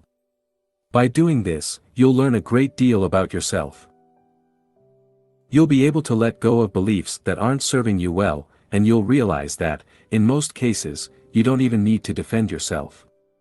Action step. Refer to the exercises in the corresponding section of the workbook, Section 4. How to use your emotions to grow, getting defensive. Whenever you become defensive, remember to ask yourself the following questions. What am I trying to protect here? Can I let go of that belief? What would I be without that belief? 22. Stress and worry. Within every worry is an opportunity for positive action. In every lie, there is a kernel of truth. Behind every neurotic symptom is the misdirected desire to live fully and well. David K. Reynolds, Constructive Living. Have you ever wondered what stress is and why you experience it? Most people believe a situation can be stressful. The truth is, stress doesn't exist outside of yourself and, therefore, no situation can be said to be stressful in itself. Yet, my guess is you experience stress on a regular basis. And probably more often than you would like to. Stress alone is responsible for tens of thousands of deaths every year. Stress does more harm than many diseases and leaves countless families grieving the loss of a loved one. This is why it is essential you take active steps towards reducing your stress levels. Taking responsibility for your stress. Stress is something you have some control over and, therefore, must take responsibility for. The more you take responsibility for it, the better you'll be able to reduce it. Stress happens for various reasons and manifests in numerous situations. The traffic jam on your way to work, a business presentation, tensions with your boss, or frequent disputes with your spouse, all constitute potential sources of stress. There are two ways you can reduce stress: by avoiding situations you perceive as stressful, and by becoming better at dealing with stressful situations. We'll see how you can use these methods to reduce your stress levels. How you can use stress to grow. Exercise. Make a list of your major sources of stress. Let's look at specific situations that are sources of stress for you. Using the workbook, write down what causes the most stress in your typical week. Come up with at least 10 things. Reframing stress. Emotions arise as a result of your interpretation of events. The mere fact you experience stress, or any other emotion, means you've added your own interpretation to what is happening. Otherwise, you would have a stress-free life. Now, look at your list of stressful situations. For each situation, ask yourself the following questions: is that situation stressful in itself? What do I need to believe to experience stress in that specific situation? What would I need to believe to reduce or remove stress in that particular situation? Let's say you're stuck in a traffic jam and you find it stressful. Is that situation stressful in itself? No, not necessarily. The traffic jam exists and there is nothing wrong with it, per se. What would I need to believe to experience stress in that specific situation? I would need to believe there shouldn't be any traffic jams, and therefore, something is wrong. The traffic jam is a stressful event in itself. I should be where I need to go, instead of being stuck in traffic. I can do something about it. What would I need to believe to reduce/remove stress in that particular situation? I would need to believe that a traffic jam is a normal event like anything else. I don't necessarily have to experience stress just because I'm stuck in traffic. I'm here caught in a traffic jam and I don't need to be there, wherever I want to go, for a while. I can't do anything about it, so I might as well enjoy it, or at least don't stress over it. Dealing with worry. Worry differs from stress as it isn't the result of something you experience in the present, but a concern you have regarding events from the past or events that may happen in the future. You experience stress when you face a stressful situation in the present moment. For instance, a stressful situation would be being stuck in a traffic jam or having your boss yell at you. Worrying would be remembering, past, or anticipating/imagining these stressful situations, future. Interestingly, most of your worries are unnecessary for the following reasons: they happened in the past and there's absolutely nothing you can do about them, or they may happen in the future and you can't control the future. Exercise. Make a list of your worries. Make a list of things you worry about, past or future. They may be similar to the things you wrote in the previous exercise. Examples of things you may worry about are your health, your financial situations, your work, your relationships, and/or your family. Now, write at least 10 things you tend to worry about in a typical week. Sorting out your worries. Constant worry results from trying to control events over which you have no control. When you do so, you create unnecessary stress in your life. To deal with stress and overcome chronic worries more effectively, it is essential you learn to sort out worries. An effective way to do this is to separate the things you have control over from the things you have no control over.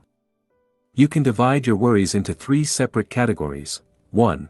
Things you have control over; 2. Things you have some control over; and 3. Things you have no control over whatsoever. 1. Things you have control over. This category includes things such as your actions and behaviors. For instance, you can choose what to say and how to say it. You can also decide what actions you'll take to achieve your goals. 2. Things you have some control over. There are things you have only limited control over, such as a competition or a job interview. You can't be absolutely certain you'll win a tennis match, but you do have some control over its outcome. For instance, you can choose to train harder or hire a great coach. Similarly, you can prepare for a job interview by conducting extensive research about the company you apply to, or by doing a mock interview. You don't, however, have absolute control over the outcome of the interview. 3. Things you have no control over. Unfortunately, there are also many things you have no control over. These are things such as the weather, the economy, or traffic jams. Exercise. Sort out your worries. Look at your list of stressful situations. Next to each item, put C, control, SC, some control, or NC, no control. This simple act of sorting out your worries already helps reduce them. As you identify things you have no control over, you can let go of your urge to worry. Now, for things you have some control over, write down what you could do about it. What concrete actions could you take to alleviate them? For things you have no control over, can you let go of your need to control them and, instead, accept them? Taking 100% responsibility for your stress and worries. What if you had more control over your worries than you believe? Look at the situations you have no control over and ask yourself, if I had control over them, what would I do? What would it look like? And how could I prevent them from happening? Often, you'll realize you have some control over these situations. This can be by changing, reframing, or eliminating them from your life. Let's say you identified traffic jams as something you have no control over. This sounds reasonable. Once you're caught in the traffic jam, you can't do much about it. But, could you do things differently? For instance, could you leave home earlier or take a different route? What about reframing the situation? Instead of escaping the situation mentally, you could choose to be fully present by making traffic jams a productive part of your day. You could then make the most of it by listening to audiobooks. Imagine how much you could learn if you listened to audiobooks every working day for an entire year. Go over your list and look for things you have no control over. Write down what you could do to change, reframe, or eliminate these events. Action step. Refer to the exercises in the corresponding section of the workbook, Section 4. How to use your emotions to grow, stress/worry. 23. Caring what people think of you. How on earth can another's thought about you harm you? It is your thought about his thought that harms. Change your thought. Vernon Howard, The Power of Your Supermind. Are you overly self-conscious? In this section, I'll explain why you care so much what people think of you and what you can do to alleviate the situation. You are the most important person in the world. First, realize you are the most important person in the world. If you don't believe me, remember the last time you felt intense pain. Perhaps it was toothache or surgery, or maybe, you broke your leg in an accident. What were you thinking back then? Were you concerned about the famine in Africa? Did you worry about innocent people being killed in wars in the Middle East? No. The only thing you wanted is for the pain to go away. This is because you are the most important person in the world. Since you must live with yourself 24/7, it is normal to be concerned about your own mental and physical well-being. You have to realize the same goes for every other human on the planet. For me, you're not the most important person in the world, I am. And, from their perspective, so are your close friends, family members, and colleagues. Because you live with yourself 24/7, you incorrectly assume, often unconsciously, people think about you significantly more often than they actually do. In fact, for the most part, people do not care about you. While it may sound depressing, it's actually liberating. It means you don't have to worry so much what people think of you. As the famous saying goes, when you're 20, you care what everyone thinks, when you're 40, you stop caring what everyone thinks, and when you're 60, you realize no one was ever thinking about you in the first place. While you keep track of all your mistakes and awkward moments, nobody else does. People are simply too busy worrying about themselves. In short, people don't keep track of your past failures, read everything you post on social media, remember your awkward moments, think of you very often, or care about you as much as you care about yourself. Not everybody will love you. You care what other people think of you because you want them to approve of you. You assume the best way to do that is to avoid making waves. As a result, you may spend your whole life trying to be the perfect person, hoping to be loved. However, it usually doesn't work. No matter how great you are, some people won't like you. You may try to fix the image people have of you, but that won't work either. People will still see you the way they want to, because of their own values and beliefs. Thus, if you base your self-worth on what people think of you, you'll always be at the mercy of the approval of others. What will happen if they suddenly disapprove of you? Unfortunately, no amount of external approval will compensate for a lack of self-approval. By trying so hard to be loved by everybody, you risk living a dull life in which you're unable to express your personality. You'll end up mimicking your friends, pleasing everybody around you, but forgetting to please the most important person in the world, you. What people think of you is none of your business. You're not responsible for people's thoughts. In fact, what people think of you is none of your business. Your job is to express your personality the best way you can while having the purest intent possible.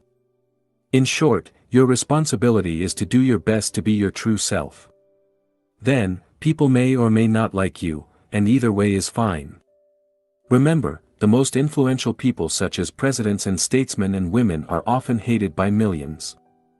Therefore, don't make it your personal mission to change people's image of you. People are entitled to their beliefs and values, and they have the right to dislike you. They are free to interpret your actions and behaviors through their own filter. Part of your personal growth is to accept you don't have to be liked by everybody, and finally, you can be yourself. How to use this emotion to grow? Being overly self-conscious means, 1. You have a distorted view of the way people perceive you, and 2. You are attached to a self-image you want to protect. To stop being so self-conscious, you must address these 2 points. 1. Change your interpretation of the way people perceive you to care less about what people think of you. It is essential for you to redefine your relationships with other people. This entails realizing that, in general, people don't care about you, and you don't care about people. Exercise 1. Realizing people don't care. This exercise will help you understand at a deep level, most people are not really concerned about you. Choose one person you know. It might be a friend, an acquaintance, or a colleague. Ask yourself how often you think about that person in your daily life. Now, put yourself in the shoes of that person. How much do you imagine he or she thinks about you during an average day? How much does he or she keep track of what you do or say? What do you think he or she is worrying about right now? Repeat this process with at least 2 more people. As you do this exercise, you'll probably realize other people are simply too busy to think of you often. After all, they live with themselves 24/7. In their own eyes, they are the most important person in the world. Not you. And this is only to be expected. Exercise 2, realizing you do not care. You're not that concerned about other people either. The following exercise will make you realize this. Go through your day and try to remember all the people you met or interacted with. It might be the waitress or the customers in the restaurant you lunched in, the people you saw on the street, and so on. Ask yourself how much you thought about these people prior to this exercise. You probably didn't think of them at all, did you? As you can see, you don't really have time to worry about other people. Most of the time you are concerned only about yourself. It's not to say you have no compassion or are a selfish jerk. You're merely being human. Stop being overly attached to your self-image. If you are overly self-conscious, chances are you worry too much about the way people perceive you. Perhaps you want their approval or are afraid they will judge you. It is essential you learn to let go of this self-image. Exercise, letting go of your self-image. Write down all the things you're afraid to be judged on. Maybe you worry about your look, or you're afraid of saying something silly. Write down why you care. What is the issue here? What image are you trying to protect? Do people believe you're smart and you're afraid you can't live up to this image? Are you afraid of being rejected as a result of saying something wrong? This exercise will bring awareness to the things you're worrying about and will help you address them. In addition, don't forget to complete the exercises mentioned in the section, letting go of your emotions. Finally, remember people will always interpret your words and actions based on their values and beliefs. Therefore, to let your personality shine, you have no choice but to allow them to see you whatever way they wish to. Action step. Refer to the exercises in the corresponding section of the workbook, Section 4. How to use your emotions to grow, caring what people think of you. 24. Resentment. Even if we can't love our enemies, let's at least love ourselves. Let's love ourselves so much that we won't permit our enemies to control our happiness, our health, and our looks. Dale Carnegie, How to Stop Worrying and Start Living. When you resent people, you're angry at them because they didn't behave the way you wanted them to. Maybe they broke their promises, or perhaps they didn't give you what you expected from them. Perhaps you believed they owed you something, but they failed to deliver. Resentment often builds up when you fail to communicate effectively with the people you resent. That is, when you didn't tell them you felt hurt, or didn't communicate your needs and wants, assuming they would naturally cater to them. It can also grow when you did express your feelings but can't let go of them and forgive. As Nelson Mandela once said, resentment is like drinking poison and then hoping it will kill your enemies. It just doesn't work. Resenting people. As with any other emotion, resentment will grow in intensity following the formula, interpretation plus identification plus repetition equals strong emotions. You can resent someone for years for a rather insignificant event based on your interpretation of the event, your identification with the story you're telling yourself about it, and or the number of times you replay the event in your mind. Let's say one of your friends betrayed you by not inviting you to a party. In your mind, your friend truly betrayed you and you deeply resent him for it. You can't stop thinking, how could he do that to me? The thought consumes you for weeks and you decide to cut ties with him. Months later you're still resenting him. Notice that the event in itself isn't upsetting. What creates resentment is your interpretation of the event. Now, is it possible that your interpretation was wrong? What if your friend assumed you wouldn't like the party? What if he thought you were too busy? Sure, he should have at least invited you, but nobody is perfect. If you'd put aside your interpretation and confronted him at the time, maybe things would have turned out differently. The danger of letting resentment build up. Often, what adds fuel to the fire is your inability or unwillingness to confront the people you resent. Instead of this, you keep revisiting in your mind what you think happened. As a result, your resentment grows stronger as time passes. This is especially true if you regularly interact with people you resent. How to use resentment to grow. Resentment occurs when you are unable to forgive and move on with your life. It is the result of being attached to what was in the past instead of focusing on what could be in the future.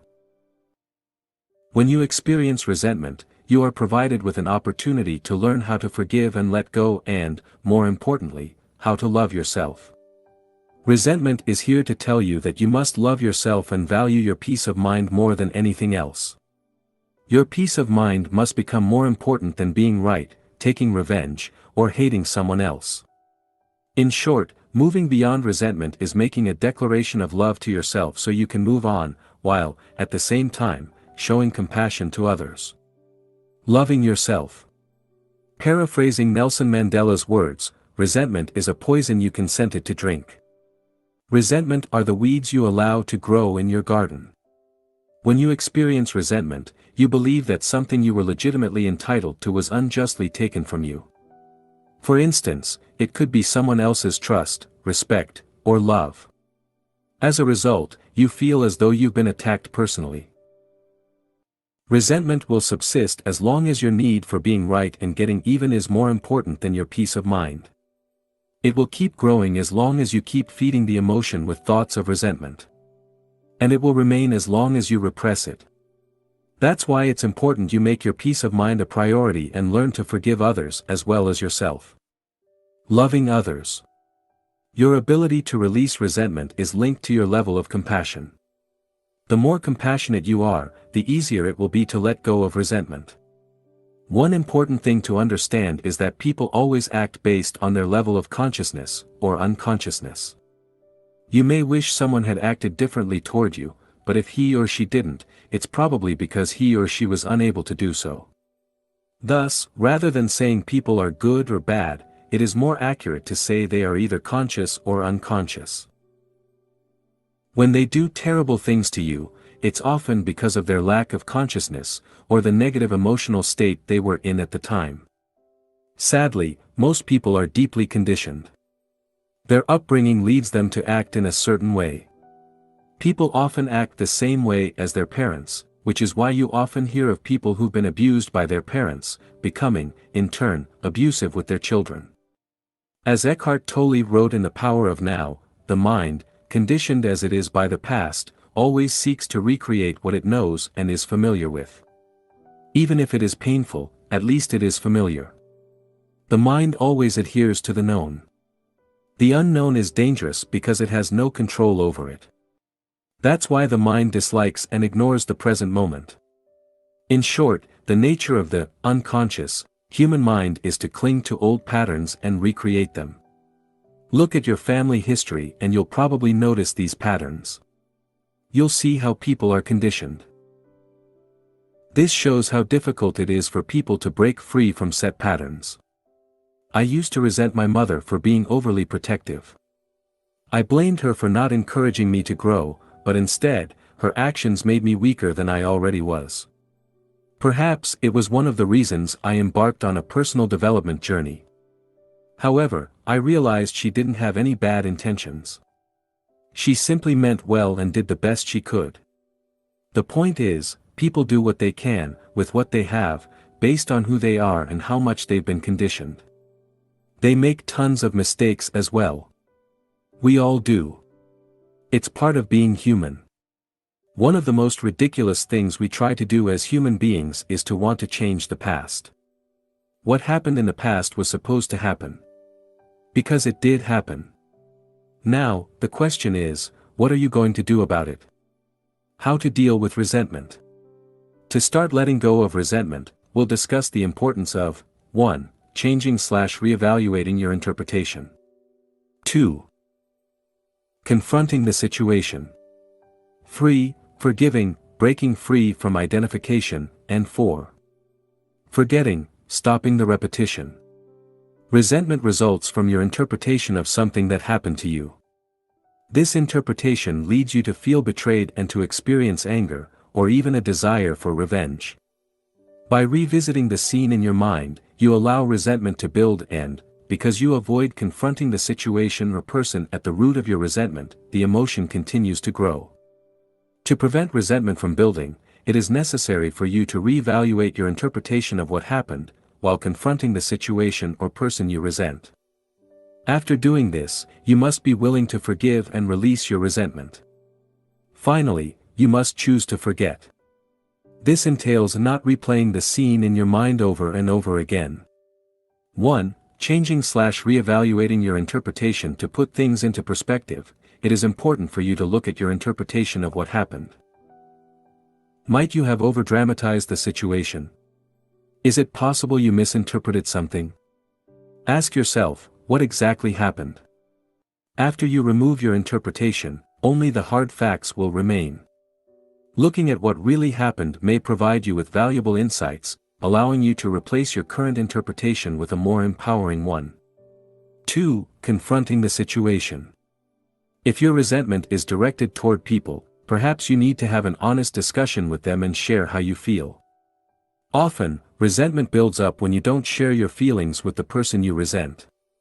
This is often due to fear of appearing vulnerable, fear of hurting the other person, or fear of negatively impacting your relationship with that person. If you can't talk to that person directly, an alternative is to write a letter. Even if you don't send it, the simple act of writing the letter may help you release some of your resentment. 3. Forgiving. Now you've found a channel to express yourself, you can start to forgive. You've looked at the hard facts and re-evaluated your interpretation. If needed, you had an honest discussion with the person you resent. You did what you had to do, and can now let go. Think of the negative consequences created by resentment. Write down how it affects your happiness and peace of mind. Remember, resentment is the result of your attachment to the past. Forgiveness is simply reconnecting with the only thing that is real, the present, while forgetting about what isn't real, the past. Then, release it. Imagine how your life would be and how you would feel once you've let go of the resentment. Do it right now. Then, let go. Forgive. Remember, forgiving is an act of self-love. You forgive not just because you have compassion, but because you value your happiness more than anything else. As you forgive, you let go of the attachment to your story, and you distance yourself from the thoughts related to it. To let go of resentment, you can use the 5-step process introduced in the section, Letting Go of Your Emotions. 4. Forgetting. Finally, forget.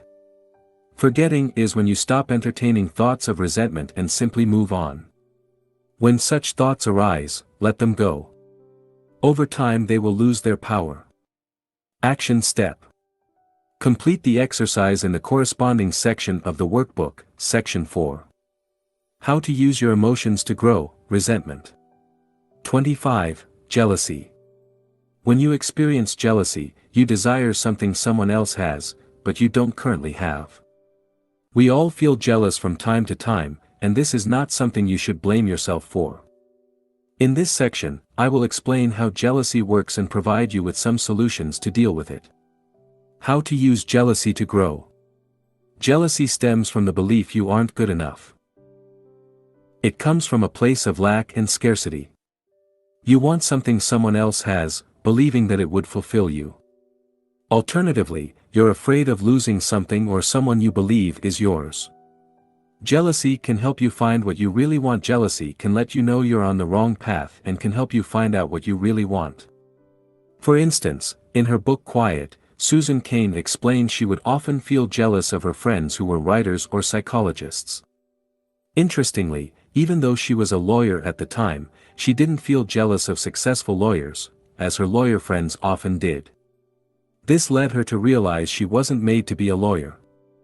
As a result, she changed her career and became a writer. I had a similar experience. While I was a consultant, I didn't envy or look up to successful people in my company. On the other hand, on my personal development journey, I became envious of successful personal development bloggers and YouTubers. I felt particularly jealous of 2 such people when I realized they were doing exactly what I wanted to do.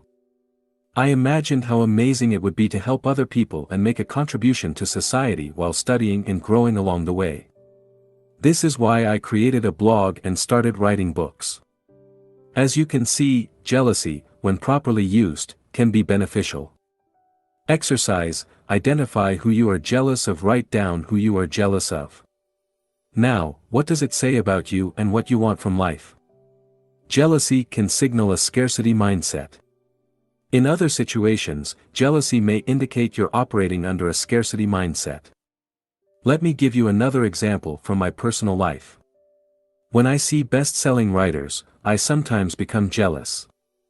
I feel as though they are stealing my piece of the pie, and I deserve success as much as they do. I'm not proud of this feeling, but I don't blame myself for having it either. This feeling of jealousy stems from the belief there is only a certain amount of success available out there. Thus, every time someone has a little success, they are stealing your piece of the action. Interestingly, this is often not the case. If anything, for writers the opposite is true. The more a writer can cooperate with other writers, the better chances he or she has to succeed. A writer who tries to do everything on his or her own is likely to fail. This is not limited to writers, of course. Shifting your mindset from one of competition to one of cooperation can help you move from a feeling of scarcity to a feeling of abundance. Nowadays, when I see other writers having success, I remind myself what great news it is. After all, if they can do it, so can I. And the more successful my fellow writers become, the more they are in the position to help me in the future. This also works the other way around. The more I help other writers to succeed, the more they'll be able to help me in the future. As Zig Ziglar said, you can have everything in life you want, if you will just help other people get what they want. Remember, what other people can do, you can do as well. Remember also, success is not a limited resource. Exercise, cooperate rather than competing. Think of a time in the past when you felt jealous of someone else's accomplishments. Now, ask yourself why you felt that way. Then, ask yourself, what would it be like to support the person? How could I cooperate with the person? Why is that person's success good for me? Jealousy may tell you to solve self-esteem issues. Perhaps you're afraid your boyfriend or girlfriend may cheat on you, or leave you for someone else. This usually comes from the belief you aren't good enough, and you need your boyfriend or girlfriend to complete you. Unfortunately, or fortunately, the same way you can't control what people think of you or how they behave, you can't control your loved one's thoughts or behaviors either. Often, the very same desire to control your partner is what pushes them further away. While feeling jealous from time to time is normal, if you're excessively jealous, it is essential you look within you. Your insecurities and fears usually come from a lack of self-esteem and from the fear that you can't or won't be loved. Jealousy may lead to some of the following behaviors: trying to control your partner. You may check your partner's phone or emails or prevent them from going out to see their friends. Testing your partner to see whether he or she loves you. You may expect your partner to behave in a certain way, and when he or she doesn't, you feel betrayed. This stems from the belief that you shouldn't have to tell your partner what you want or need. He or she should be able to guess. Imagining things that aren't there. You make up all sorts of stories in your mind by extrapolating facts. I invite you to refer to the section, Not Being Good Enough, to discover how to develop a healthier self-esteem. Jealousy may signal you to stop comparing yourself with others. One kind of lingering discontent, shared by millions, is the notion that others are happier than they are. I assure you, they are not. If you could only see the secret sorrows of those whose smiles and activities seem to indicate happiness. If you could only see how fervently they wish to be somewhere else, doing something different, being someone other than who they are. Vernon Howard, The Power of Your Supermind.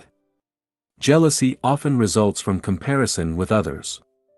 It is important to realize this type of comparison is generally as counterproductive as it is biased. Indeed, you seldom compare apples to apples. You look at some of your friends' successes, but you fail to realize this is only part of the picture. While they may seem happy and successful on the surface, it is quite possible they are unhappy or even depressed. The point is, rather than assuming your friends are happier than you are, it is better to assume that you are as happy as they are. Also, guard against looking only at areas in which your friends seem to have it better than you. Perhaps, you focus on the fact they're making more money than you, or have a partner while you are single. Or perhaps you envy them for some of their natural strengths and abilities. The problem here is you fail to make an apple-to-apple comparison. You dismiss your own strengths or qualities which make you feel as though you're not as good as they are. Even worse, you may often compare yourself with several other people. You look at areas in which they are successful and then you look at your own life to see how well you compare. Of course, not very well. How could you compete with the combined strengths of several people? Can you see how biased and unrealistic this type of comparison is? Yet, this is what many of us do, albeit unconsciously. The bottom line is, if you feel jealous, it may be because you engage in this type of unfair comparison. Instead, why not compare your today's self with your yesterday's self? After all, the only thing you can do is to try to be better than you were yesterday, last month, or last year. Because we all start with different circumstances, skills and personalities, there is no such thing as a fair comparison. Exercise: compare apples to apples. This exercise will help you compare yourself to others more fairly. Select someone you often compare yourself with. Write down all the things you're doing better than that person. Action step: refer to the exercises in the corresponding section of the workbook, section 4. How to use your emotions to grow: jealousy. 26. Depression. The hardest thing about depression is that it is addictive. It begins to feel uncomfortable not to be depressed. You feel guilty for feeling happy. Pete Wentz, musician. Non-clinical depression occurs when you're not where you want to be in life, you have lost any hope to ever be, and can't accept it. This might happen after a tragic event in your life or more progressively as some aspects of your life slowly fall apart. Depression results from feeling hopeless in one or several areas of your life. Here are some examples: you lost your job and have no hope of finding a new one to match your expectations. You're sick and have no hope to recover as well as you would like to. You are divorced from your partner and can only see your kids once in a while. You have little hope of finding a suitable partner. You're in so much debt that it seems as though you'll never get out of it. You suffered a bereavement. While the events above are tragic, depression can also be created out of more ordinary, less severe events. For instance, some people may spend so much time dwelling on the past or worrying about the future they eventually become depressed. This may happen even though no significant events have occurred in their lives. It is essential to remind yourself that depression, like other emotional states, is neither good nor bad, it just is. You are not your depression. You existed before it, you exist during it, and, all things being equal, you will exist after it. Depression is an active process. While it may seem as though depression is happening to you, it is, in fact, created by the negative thoughts you identified with. Thus, you do have some responsibility in creating your depression. Does it mean you should feel guilty or beat yourself up for being depressed? Of course, not. Never. In fact, you should never beat yourself up for any of the emotions you feel. That would be pointless. What it means, however, is that, because you've played a part in creating your current emotional state, you also have the power to get out of it. And that's great news, right? Remember Dr. David K. Reynolds' first-hand experience with depression? He wrote the following: depression can be created by sitting slouched in a chair, shoulders hunched, head hanging down. Repeat these words over and over: there's nothing anybody can do. No one can help. It's hopeless. I'm helpless. I give up. Shake your head, sigh, cry. In general, act depressed and the genuine feeling will follow in time. David K. Reynolds, Constructive Living. David K. Reynolds' depression was entirely self-created. It was an active process that involved adopting a certain body language, repeating certain words, and having certain thoughts. He had to act in a certain way to become depressed. The good news is that because you have the power to create depression, you also have the power to climb out of it. However, in a negative state such as depression, ignoring negative thoughts and replacing them with more positive ones can be extremely challenging. Even if you try to think positive thoughts of gratitude, joy, or happiness, at first, they will seem to have no power. But you may experience other negative emotions such as anger, for instance. You may ignore your anger at first. Your friends may even encourage you to do so, they would rather see you quiet and depressed than angry. However, sometimes anger may help you move up the emotional ladder and overcome depression. Keep in mind, any emotions other than depression can help, and learn to embrace whatever emotional state seems to give you more energy, and therefore provide more power to move up the emotional ladder. David K. Reynolds also suggests that feelings fluctuate over time even with depressed people. He wrote, "In the deepest depression there are ripples and waves of somewhat lighter moods. You can use moments when you feel slightly better to take whatever action may be beneficial to you at that time. How to use depression to grow. Depression is a sign you've lost touch with reality. Have you noticed that human beings are one of the few species on Earth that have the ability to become depressed? This is because they are the only ones who can get lost in their mind and become enslaved by negative thoughts and disempowering stories. Depression is a sign that you need to move away from your mind, by letting go of your worries about the past/future or your interpretation of the present situation, and reconnect to the present moment. It can be a powerful invitation to let go of the identity you've been clinging to for so many years. This identity is what led you to believe you should be doing certain things, making a certain amount of money, adopting a certain lifestyle, or developing a certain social status. Depression invites you to reconnect with your body and emotions while getting out of your head. After all, didn't your mind create the depression in the first place? Some people who experience severe grief, sadness, or depression like to keep themselves busy to avoid thinking. When depressed, more thinking is seldom the solution. You rarely see people getting out of depression by using their mind. Therefore, instead of thinking, you want to reconnect with your body. Exercising is a great way to do this and has been shown to be effective in improving your mood. For additional information, refer to the section, The Benefits of Exercising. In some rare cases, severe depression can lead people to separate from their mind. When this happens, their story suddenly drops. Apparently, this is what happened to Eckhart Tolle, as he recalls in his book, The Power of Now. He had a sudden awakening and his mind stopped. Here is what he wrote about his experience: "This withdrawal must have been so complete that this false, suffering self immediately collapsed, just as if a plug had been pulled out of an inflatable toy." Eckhart Tolle. In summary, depression tells you to let go of your ego and reconnect with reality.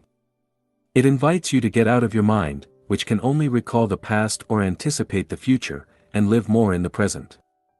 Severe depression may require the help of a professional, but for milder depression here are some mediating strategies: exercise, reconnect with your body and your emotions to overcome depression. It is essential for you to escape your mind. It's easier to feel your way out of depression than to think your way out of it. I would venture to say that most people spend over 90% of their lives in their mind. They have only rare moments of lucidity when they are fully aware and present.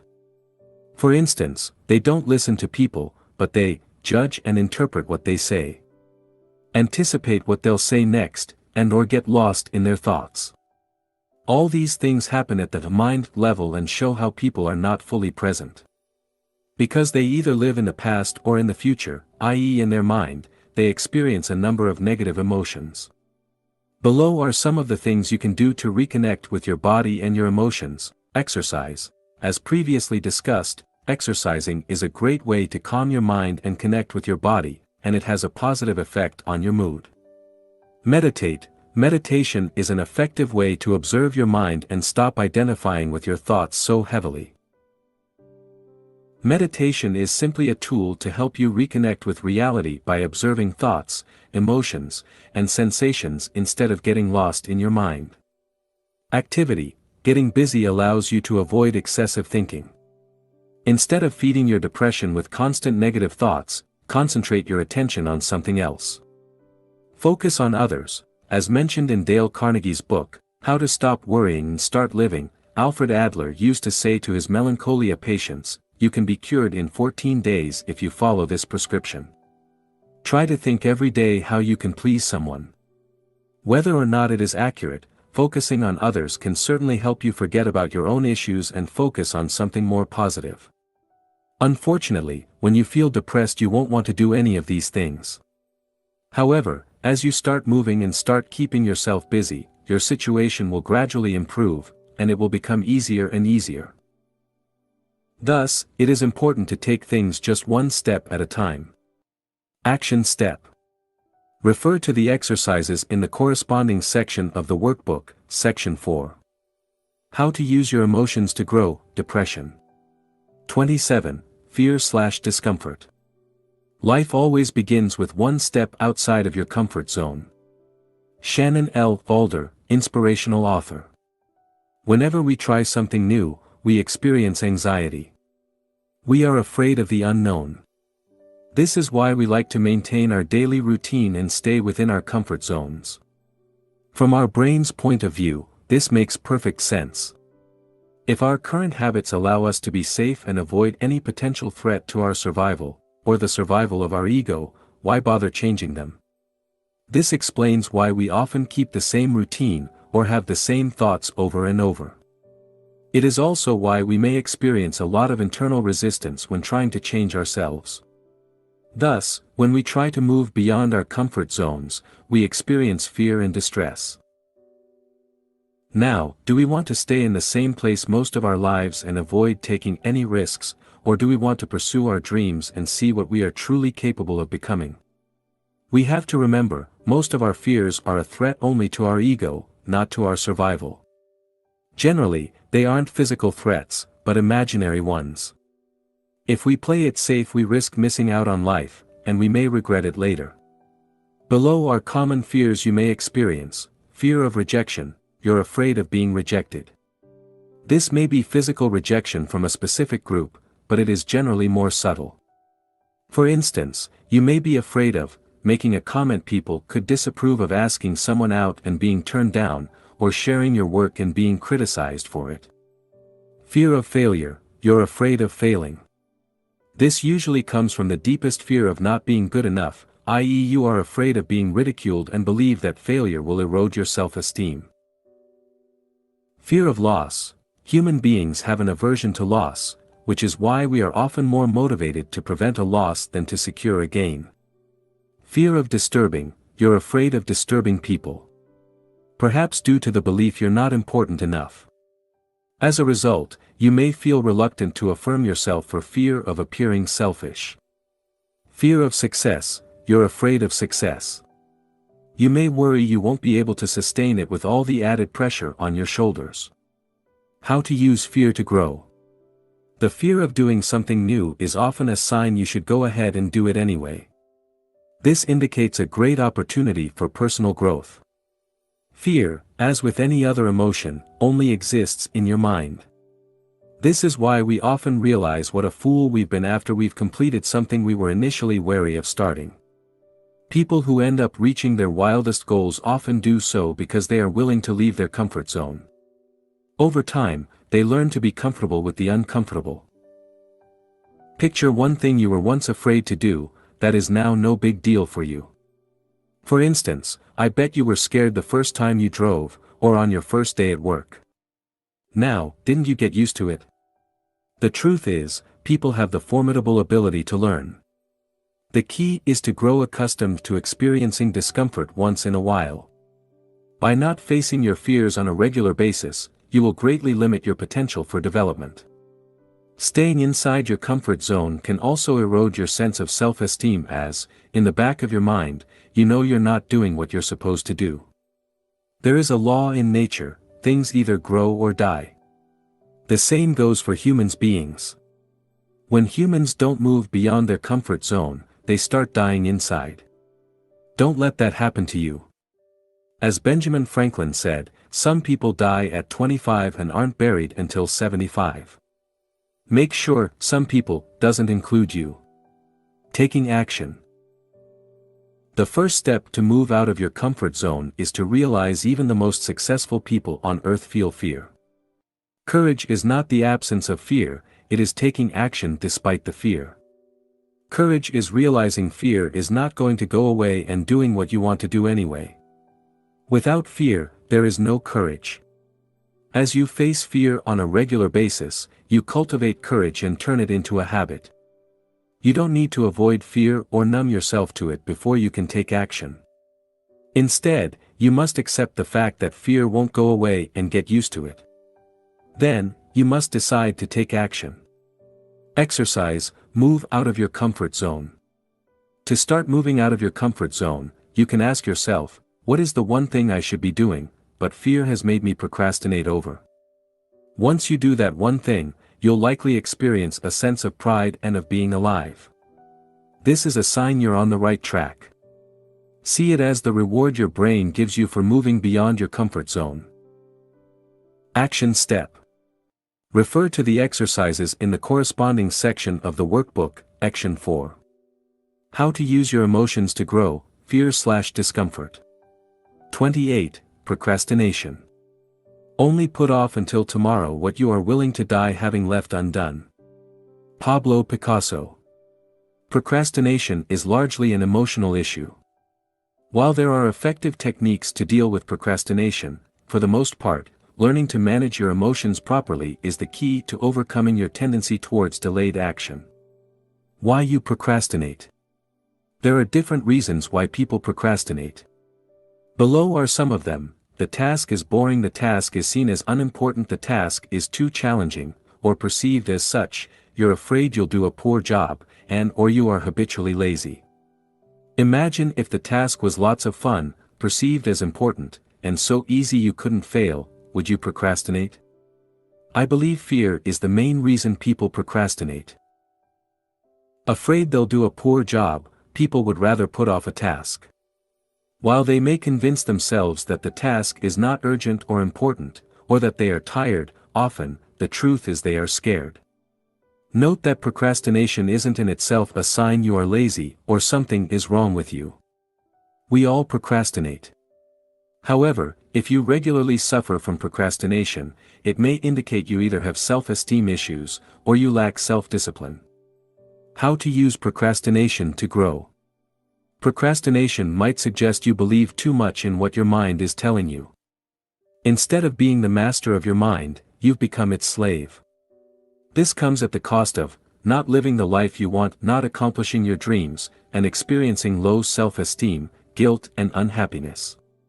Remember, when your mind tells you, you're tired, let's rest, or let's do it tomorrow, it's not an order.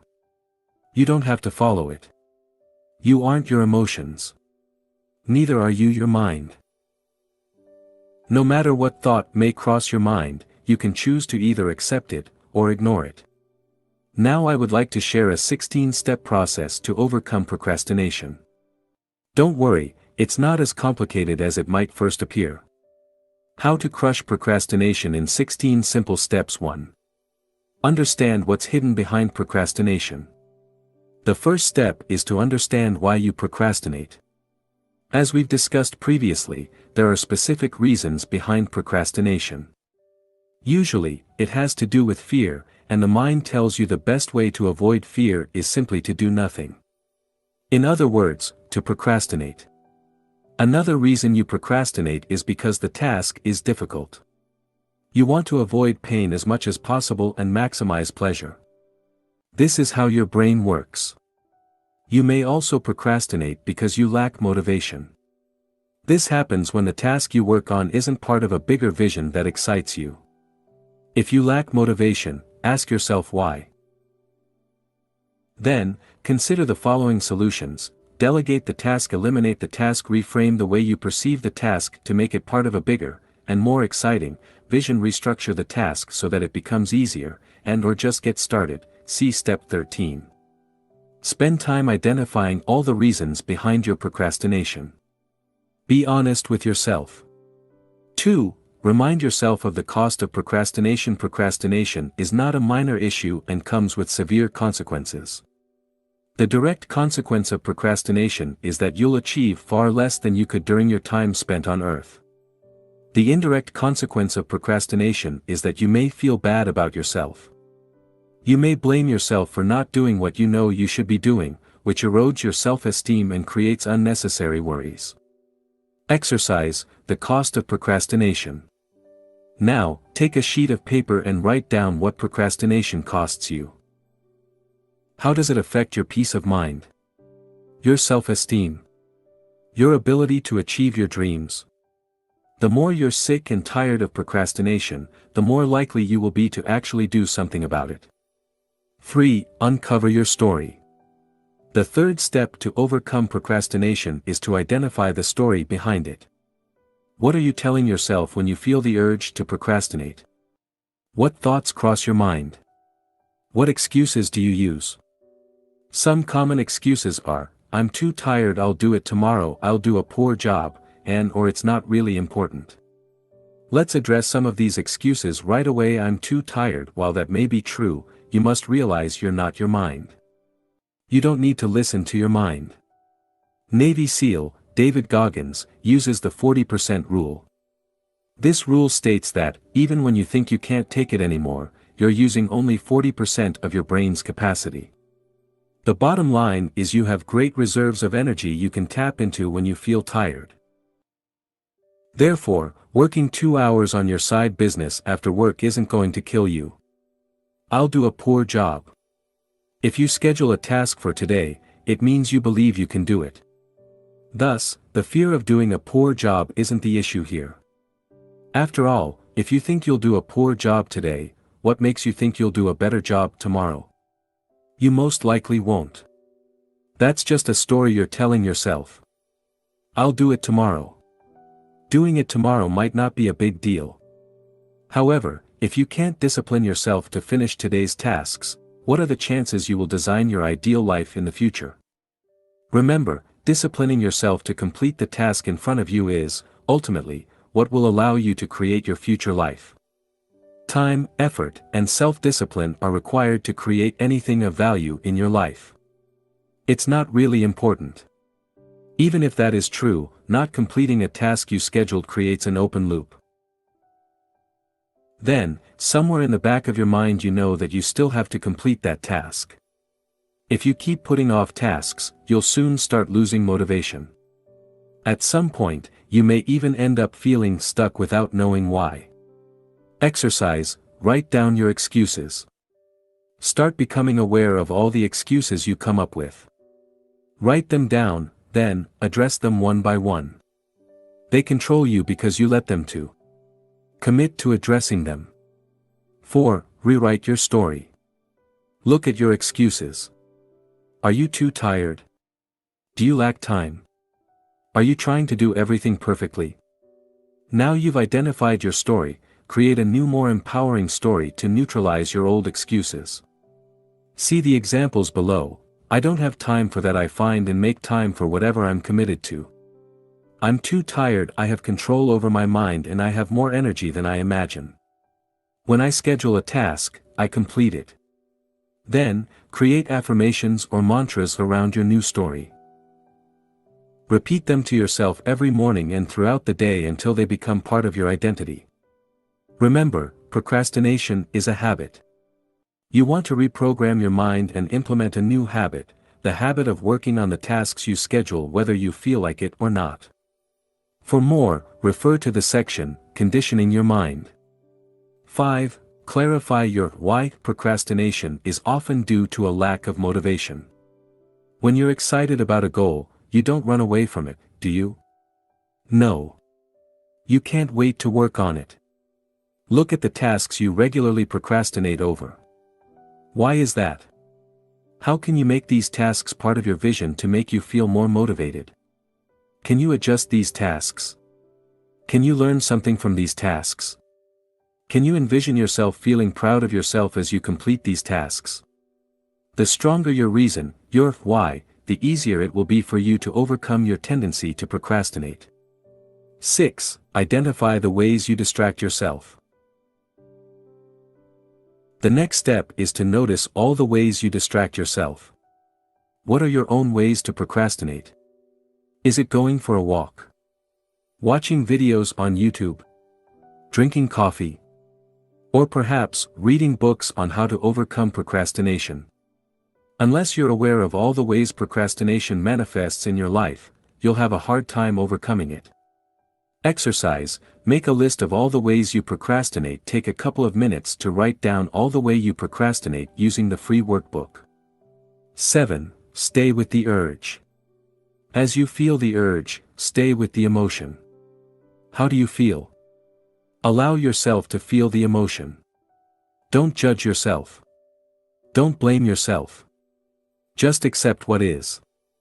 As you do so, you'll gain more control of your mind. Refer to the chapter on letting go of your emotions for more information. 8.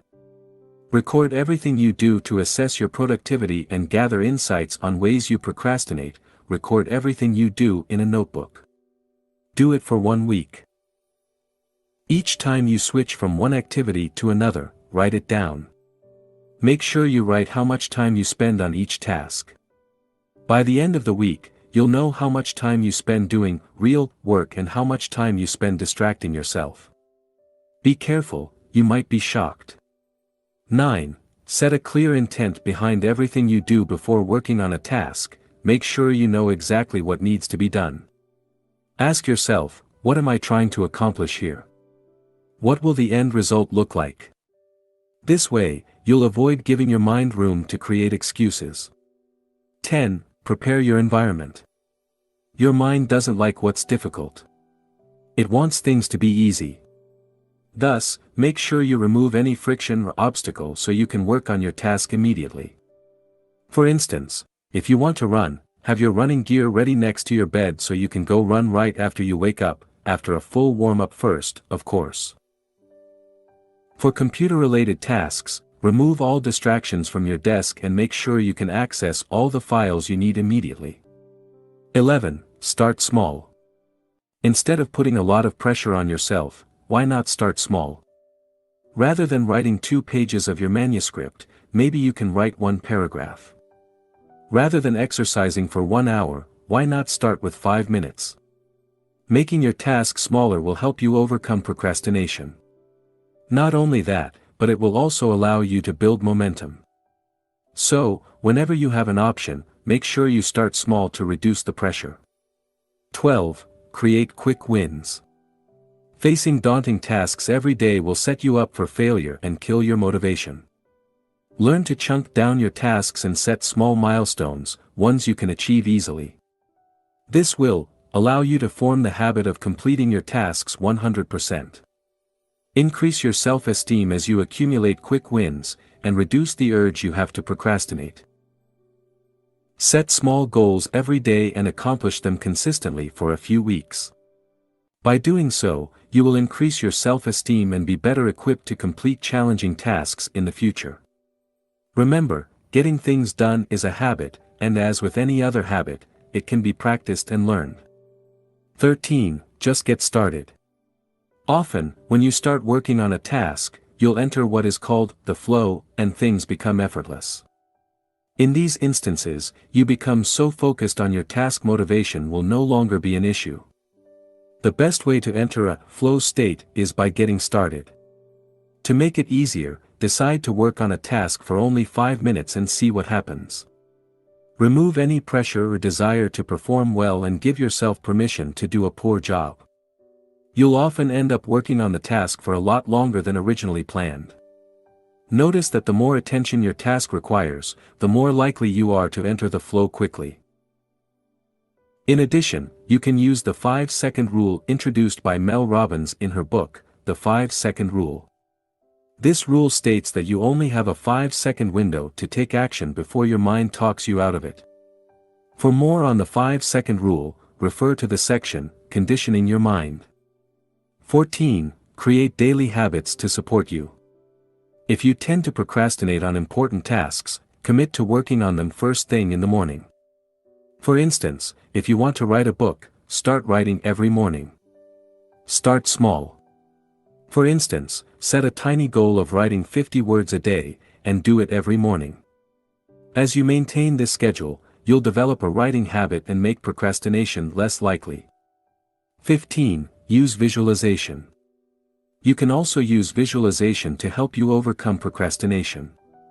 Below are 2 specific ways to do so. 1. Visualize yourself doing the task. See yourself turning on the computer, opening the file and writing. Imagine yourself putting on your running shoes and going for a run. This type of visualization has been shown to increase the likelihood you work on the task. Try it out. 2. Visualize yourself having completed the task. How would you feel once the task is done? Liberated? Happy? Proud? Now, feel as you would feel if you had completed your task. By doing so, you'll experience a boost of motivation that will encourage you to work on your task. 16. Build accountability. If you have a hard time completing a task, you might need some accountability. When I'm likely to procrastinate, I like to send a message to a friend and tell him I will complete a certain task by a specific date. Another way to build accountability is to have an accountability partner you communicate with on a regular basis. You could talk to him or her once a week and share your list of goals. You could look at the important tasks you're likely to put off and set a specific deadline for each one. Then, you could send an email to your accountability partner to let him or her know when you completed a task. If you follow this 16-step process, you should be able to overcome or, at least, significantly reduce your tendency to procrastinate. Action step. Follow the 16-step process using the corresponding section of the workbook, Section 4. How to use your emotions to grow, procrastination. 29. Lack of motivation. People often say that motivation doesn't last. Well, neither does bathing, that's why we recommend it daily. Zig Ziglar, salesman and motivational speaker. Lacking motivation is usually a sign that you don't have a compelling vision to pursue. People who have an exciting vision seldom lack motivation. While they may experience setbacks along the way and feel frustrated or even mildly depressed, they tend to bounce back quickly by reminding themselves of their vision. Lack of motivation is also a sign you're not following your bliss. It shows there is a misalignment between what you do and who you are. The word enthusiastic comes from Greek and means filled with the divine. If you lack enthusiasm, you're probably out of touch with the essence of who you are. I've never heard of a Nobel Prize winner retiring early because he or she was bored. In fact, most of them will work until the day they die. This is because they have a clear purpose. Similarly, I've never seen billionaires selling their companies to retire on a tropical island. They may have tried but quickly realize how boring their lives have become. The point is, you don't inherently lack motivation, you're just not doing what you're supposed to do. You haven't stretched yourself enough and haven't created a vision that inspires you. Perhaps, you're stuck at the same dead-end job that bores you to tears. Or maybe you're at your current job for the money, or to fulfill your parents' wishes. Then, it's no wonder you lack motivation. Fortunately, you can get your motivation back. How to use motivation, or lack thereof, to grow. A lack of motivation says you need to design a life that is more in line with who you are. It entails having a deep knowledge of your strengths, personality, and preferences, while making sure you leverage them on a day-to-day basis. Knowing your strengths. When you spend most of your day doing things you suck at, how do you feel? Probably, not very motivated. Sadly, many people are stuck in jobs that do not allow them to use their strengths. As a result, they keep struggling, and keep wondering if their fate is to suffer the same way for the next 40 years. I've experienced firsthand the difference between working at a job you suck at, and working on something you love and feel good at. I can attest that the level of motivation and energy you have when you do what feels right to you can be extraordinary. Have you noticed you tend to like the things you're good at? You may not necessarily enjoy the task in itself, but receiving positive feedback gives you a sense of pride and make you feel good about yourself. Now, if you were constantly reminded what a poor job you're doing, would you still love that same task? The point is, there are things you are good at as well as things you enjoy doing. Once you identify the tasks you're good at and spend as much time as you can on them, you'll feel more motivated. You may even find yourself enjoying tasks you would never have imagined simply because you're good at them. To be able to focus on your strengths, you may have to redesign your current job description, change jobs within the same company, or change your career altogether. Remember, if every second of the day is a struggle, you're probably not doing what you're supposed to do. You have strengths and your job is to find them. Knowing your personality. This is somewhat related to the previous point since your personality partially determines what you're good at. For instance, if you're an introvert, you're likely to take different career choices than if you were an extrovert. You may prefer spending most of your time alone or in small groups and may stay away from jobs that require you to interact with clients all day long. You may find yourself performing better in a quiet environment. Your core values will also affect your level of motivation. Perhaps, independence is vital for you. If so, being self-employed might be a better idea than having a 9-to-5 job. Or maybe you like novelty and want to be learning constantly. If so, doing the same repetitive job might not bring you much satisfaction. Knowing what motivates you. Sometimes you lack motivation because you set a goal in a way that doesn't inspire you. While the goal may be something you genuinely want, the way you frame it, or work on it is just not motivating you. Let's say you want to lose weight. If none of the reasons behind your goal touch you at an emotional level, you won't feel motivated, and will have a hard time achieving your goal. Thus, your job is to find out what losing weight will do for you. Ask yourself why you want to lose weight. Keep asking yourself why until you find something that resonates with you at an emotional level. Remember, you seldom want to lose weight because it's the right thing to do. You want to lose weight because it will make you feel a certain way. This is the meaning you give to losing weight, and you must get it right if you want to succeed. Now, you can also ask yourself why you don't want to lose weight. It may help you uncover the reasons why you're struggling losing weight. If you overeat because it makes you feel good, you need to ask why is that? Is it a habit? Is it because you're stressed? Is it because of your environment? Is it a way to escape from something? Knowing why you're doing something is important. Once you have a strong why, who knows what you can accomplish? Motivation comes and goes. Here, it is worth mentioning you don't need to be motivated all the time. Motivation comes and goes. There is no need to beat yourself up when you feel uninspired. To help you take action when you lack motivation, it is important to have a system that allows you to stay on track with your goals. Build the self-discipline needed to do things and you don't feel like it, and have self-compassion and love yourself instead of blaming yourself for everything that goes wrong in your life. Putting a system in place means having a daily routine that allows you to move toward your goal. For instance, it could be working on a task for a certain amount of time first thing in the morning. Sticking to that ritual every day is one way to build self-discipline. Another way is to set small goals every day and achieve them consistently. Having self-compassion means encouraging yourself instead of beating yourself up. To learn more about how to create a morning ritual, you can refer to my book, Wake Up Call: How to Take Control of Your Morning and Transform Your Life. Feeling stuck. Sometimes, you feel stuck. You're not motivated to do anything, or you feel overwhelmed and don't necessarily know why. This often results from either having too many open loops in your life, or from procrastinating on a major task. Let's see what you can do to unstick yourself. A simple 3-step process to unstuck yourself whenever you feel stuck. Try the following 3-step process. 1. Make a list of all the tasks that need to be done. 2. Identify one task you've been putting off. 3. Complete that task. There is often one specific task you've been putting off for a while. While this may not necessarily be a difficult task, once you commit and finally complete it, you feel so good you may end up completing many more tasks. As a result, you will start building momentum and allow yourself to get unstuck. If you cannot work on that one specific task, start with a less daunting one. This will also help you build momentum. Closing open loops.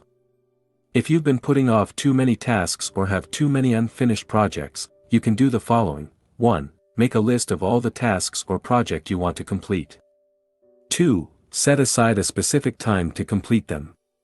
Perhaps, just a few hours could allow you to finish many of these tasks. Or maybe you need longer. If so, take more time. 3. For bigger projects, in the next few days or weeks, focus on only one project until it is complete.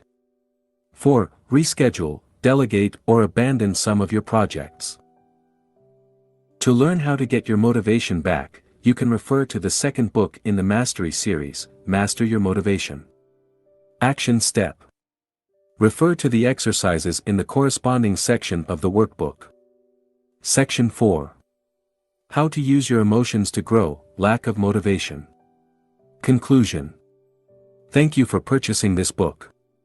My sincere hope is that it helped you make sense of your emotions and gave you the tools you need to start taking better control of them. Remember, the quality of your emotions determines the quality of your life. Therefore, learning how to change yourself and your environment to experience more positive emotions is essential for your well-being. Let's face it. You'll keep experiencing negative emotions throughout your life, but, hopefully, each time you'll remind yourself that your emotions are not you and will learn to accept them as they are before letting them go. You're not sad, depressed, jealous or angry, you are what witnesses these emotions. You are what remains after these temporary feelings fade away. Your emotions are here to guide you.